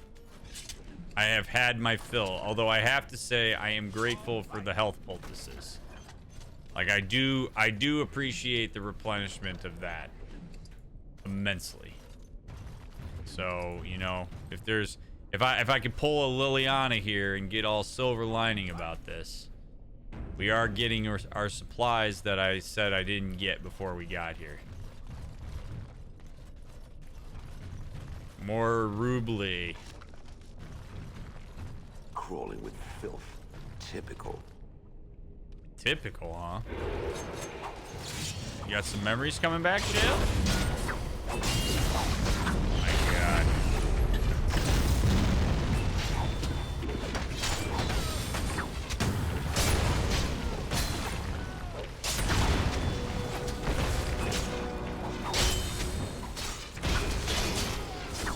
Got a little level up going on here with Liliana. Like it. This is a lot of darkspawn down here. It's almost like when BioWare made this, they're like, you know what people are going to want in a DLC? They're going to want more combat. I bet they missed the combat. You would be wrong, BioWare. You would be wrong.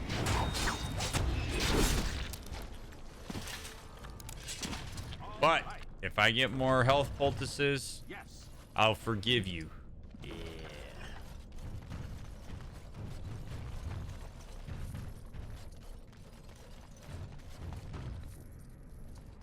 I got to imagine it's hard to keep a place like this clean.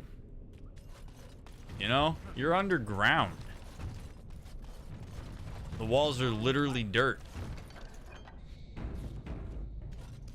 I'm sure the combat was awesome and exciting in 2009. I actually don't. I was just talking to Sean the other day about this. I remember basically nothing from this game. Like I played this and I played this for many hours back in when this dropped in 2009. I don't remember any of it at all. But one thing I do remember is that at the time that this game came out, I did not enjoy the combat. Like, I remember it being my least favorite part of the game. By far. Heavy Dwarven Helmet. Nah, I'm not interested. Pile of Bones. Novice Silverite Rune. +2 damage to Darkspawn. I keep picking up these runes, and I really just... I don't need to be doing that.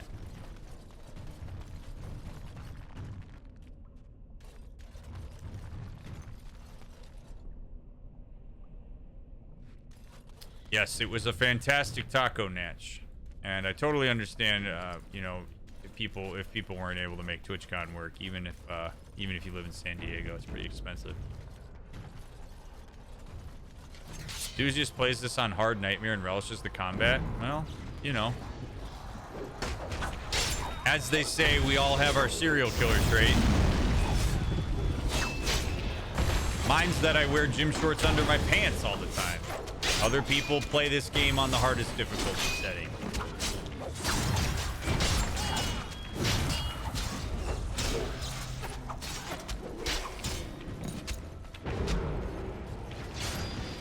I probably played on regular Remieligus. Oop, I just killed Liliana. Oopsie.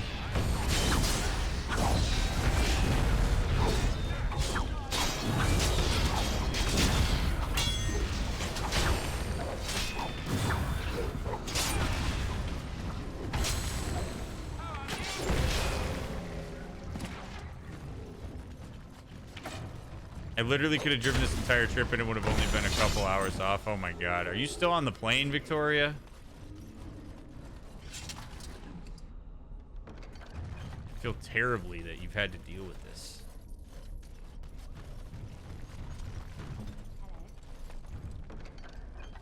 A lot of gold in these here chests. There's gold in these hills. Gold. I'm at my friend's house finally. Oh, good. And what did you like after this long ass trip? You got to your friend's house and you were like, "Hey, friend, hold on. I gotta watch more Dr. Mick." No, I'm just giving you a hard time. I know you've had a long day. I'm glad you made it. That was the noise I didn't like. Didn't like that. Remy, you got it, Remy.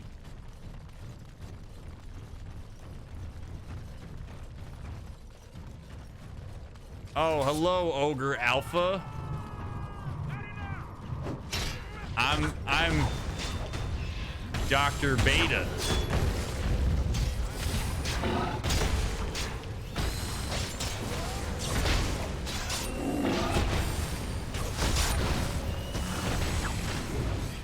About to whoop on. Oh, good. And oh, good fun. This is why they gave us all the poultices. So we can do this. Let's go ahead and hit you up with that that old injury kit there, and then go ahead and use that. Good. Yep. Nice. Love that. Now go ahead and use this. Okay. Good. Love it.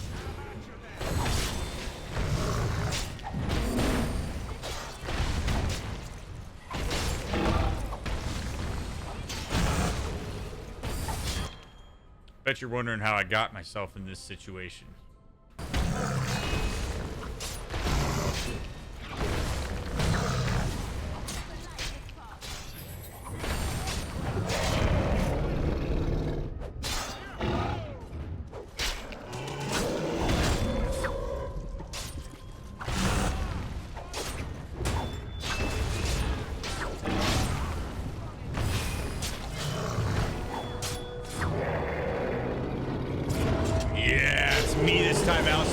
I'm doing it this time.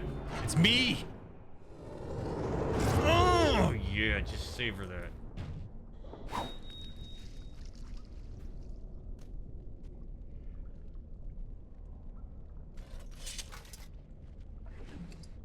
Oh, yeah. Kadash Stompers, huh? Get the old Stompers on. A little dexterity, a little armor, a little range critical chance, a little melee critical chance. Increased hostility? I actually may put these on. I may wear these boots. A remarkable ruby. Large flawless spirit crystal. Ooh.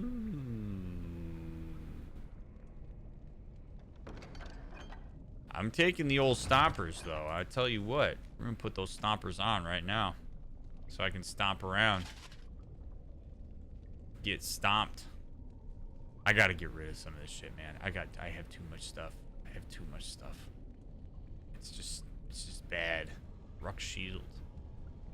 I mean, I'm hoarding like a knucklehead.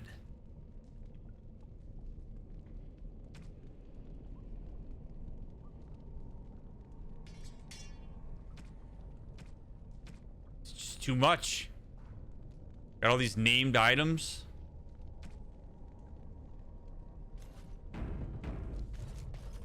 Alright. What is this? Strange crystal cluster, small flawless ice crystal. Man, see, and we got all these cool crystals for Shale.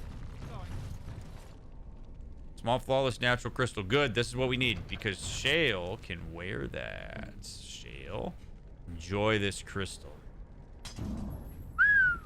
Hell yeah.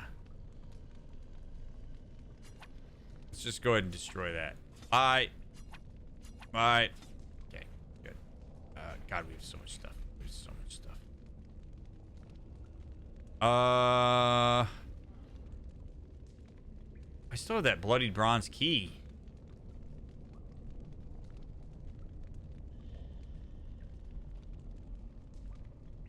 Alright, we'll deal with this later.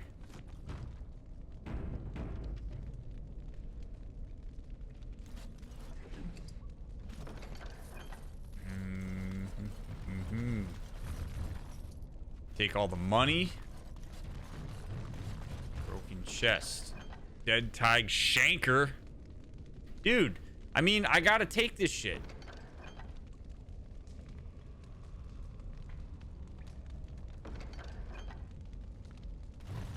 You know, because like I could give that dagger to Liliana, and I'm guessing it's probably better. Yeah, she's got all this stupid shit.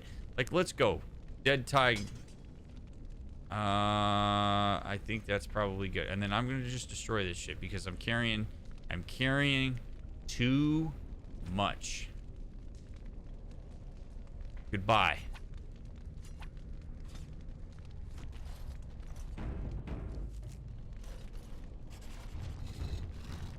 What is this? This I remember. Probably hard to forget that. It has dates and names. This is to honor those who volunteered, those who became golems. And there is my name, Shale of House Kadash. Just as Caradin said. I remember now. I remember, Shale. That was me.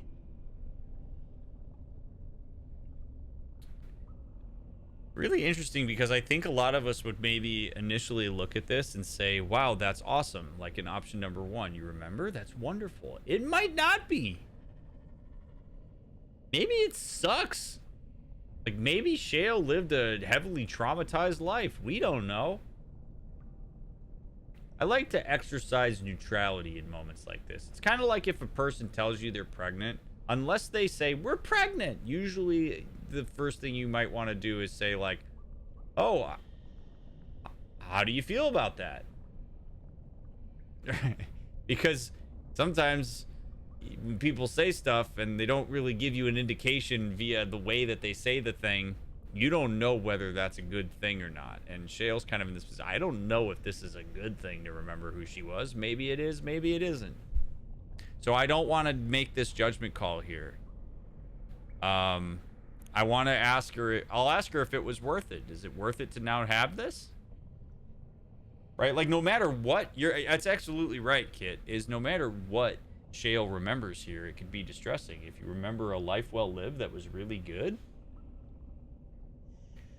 yeah, bummer, it's gone. It was a shitty life. Now we got all these memories back that we didn't want. It's like, this is a really delicate situation. This isn't as clear cut as like, oh, cool, I can learn something about my identity. Like, you'd want to have some real mental preparation around this stuff. So was it worth it? It knows what it is, where it comes from. I do not. It is difficult to proceed without knowing where one has been. I will need to think on these things I have learned. Perhaps I will speak to it of them soon. For now, let us carry on as we have. I've watched a lot of humans in my time. It should be aware that I have decided that it is not much like any of them. Shale, that is very kind of you to say. I'm not human. Now, maybe Shale never saw an elf in her life. Again, I don't take this as a personal attack. And here's part of why. This is a very this is actually a very important phenomenon to understand. Our brains are capable of seeing diversity among what, from an outsider's perspective, would appear to be a homogenous group. So, to use this example, humans, okay? Humans, the general sense, there are certain features that people expect them to have. They have rounded ears, they have noses, mouths, flesh, etc., right? Elves have their own features as well. They have pointy ears. They have human-like features, right? But sometimes they're sharper. Sometimes there's like tattoos or markings or whatever it may be. You have dwarves who tend to be shorter, a lot more hair, and you have golems that look the way that they do with rocks and all these sorts of things.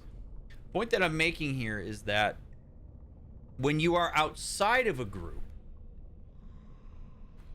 you only look for very specific markers that cue you in to the fact that a person is from a group that you do not belong in. So this is where humans will see pointy ears and they immediately go, elf. And if you didn't really ever see elves, as Shale hasn't, we look humanoid enough that to make the assumption that an elf is human makes complete sense, because Shale likely did not have enough diversity within her encounters to be able to see the nuance of difference within a group. So when you hear people say things like all of X type person look the same, while that's not a great statement, there is truth to that. Because if you did not have much exposure to being within the group, your brain is not equipped to see the nuance that folks that belong to a particular group are able to see. It's literally just the way that your brain has had things represented to it. So Shale saying that I am different from many humans that she's seen makes sense, because she likely only ever saw dwarves. How often do non-dwarves go down into Orzammar or into the tide that we're currently in? Probably never. Or it's so rare that that person then becomes the archetype by which all other non-dwarves are compared to. So it's a very big, long explanation for why I'm not going to sit here and take this personally. Now, I could decide to correct her and be like, hey, actually being an elf is a very important part of my identity, so I'm not human. That's part of why. Or I could recognize the intent behind what she said and say, thanks, I appreciate that. I take that as a compliment. Either one is okay. It comes down to my own personal decision. Is it because I'm not human, Shale? I do think it's important for me to differentiate myself as an elf. Oh, it's not just that. Well, I'm sure that's part of it, but it's not only that. Surely it must come from some superior lineage, yes? Some breed of flesh creature that has decided to elevate its genetic stock above its natural shortcomings?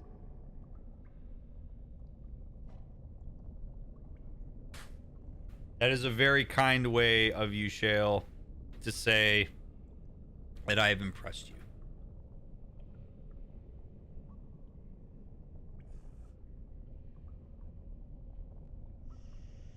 Sure, we alienage elves are just better that way.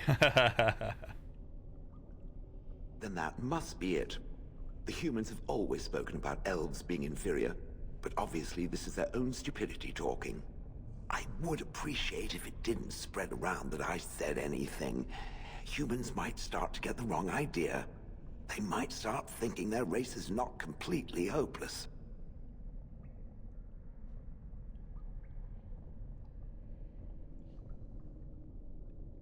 That's a...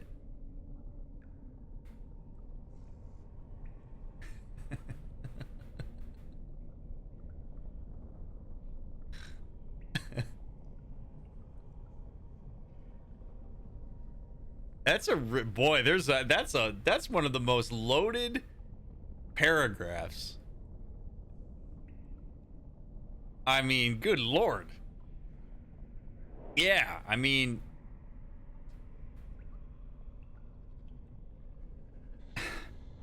humans have power. They do. And we've long established that it's pretty dangerous to get you on the humans' bad side, but Shale has more of a understanding of how humans operate than elves, that's for sure.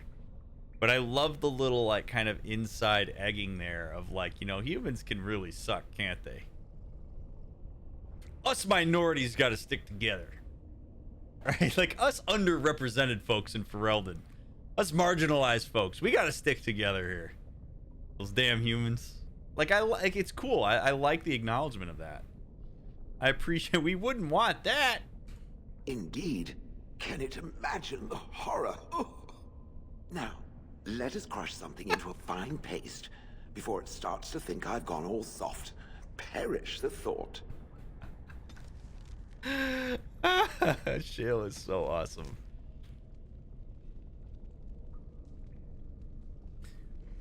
What can I say? I have a heart of stone. The golems of Orzammar once made up the vanguard of the dwarven army, holding back the tides of darkspawn that flooded out of the deep roads. but the art of making them was lost, and many of them succumbed to wear and damage in battle.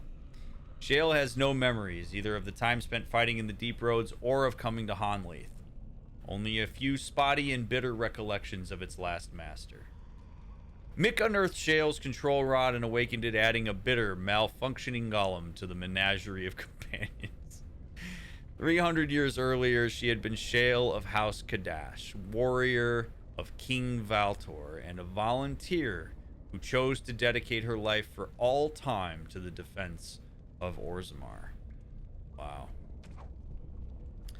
Boy, there's only one character missing. That's pretty wild.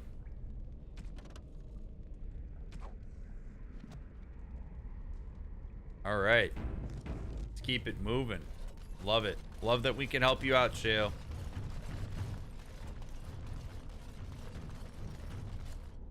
Gather your party and venture forth. Indeed.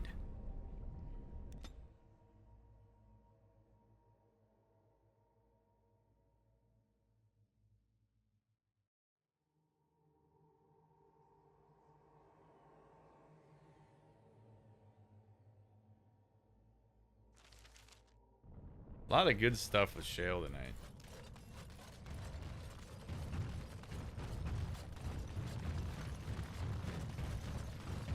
Well,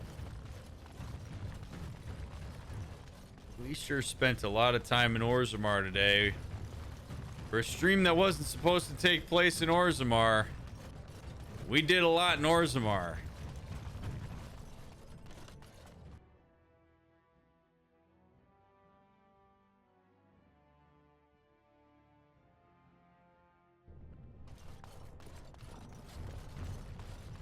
You know, I've heard about the Orlesian bards. Who hasn't? They are quite famous after all. The stories I heard were a little racier. It had to do with how a bard assassinated her target, how they were lulled into complacency.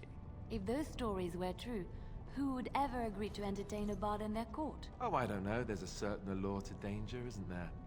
And besides, you couldn't all be assassins, could you? I'd take my chances. If the stories were true, that is. We had rules about that sort of thing. Strict rules. Such as? You're not gonna tell me, are you? Let's just say I had plenty of reasons to join the Chantry, shall we? And leave it at that.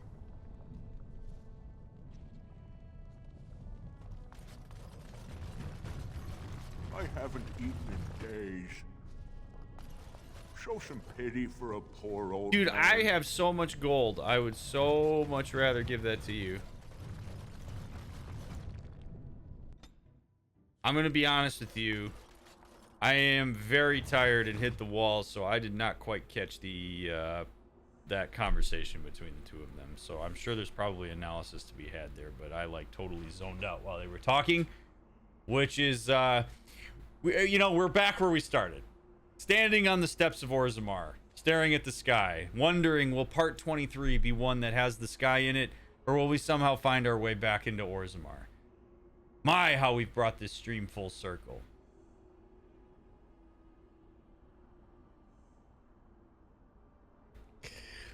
YouTube, thank you so much for taking the time to watch this video. I hope you enjoyed it. I am very much looking forward to part 23. When we will hopefully not have to go to Orzammar.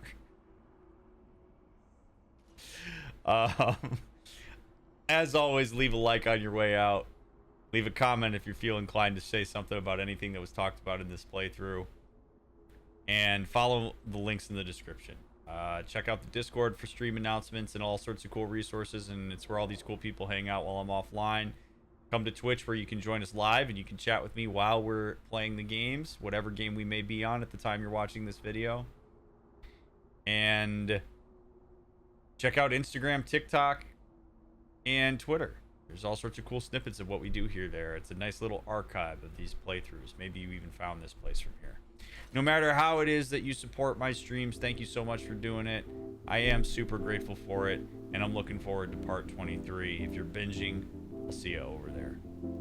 Catch you on the next one.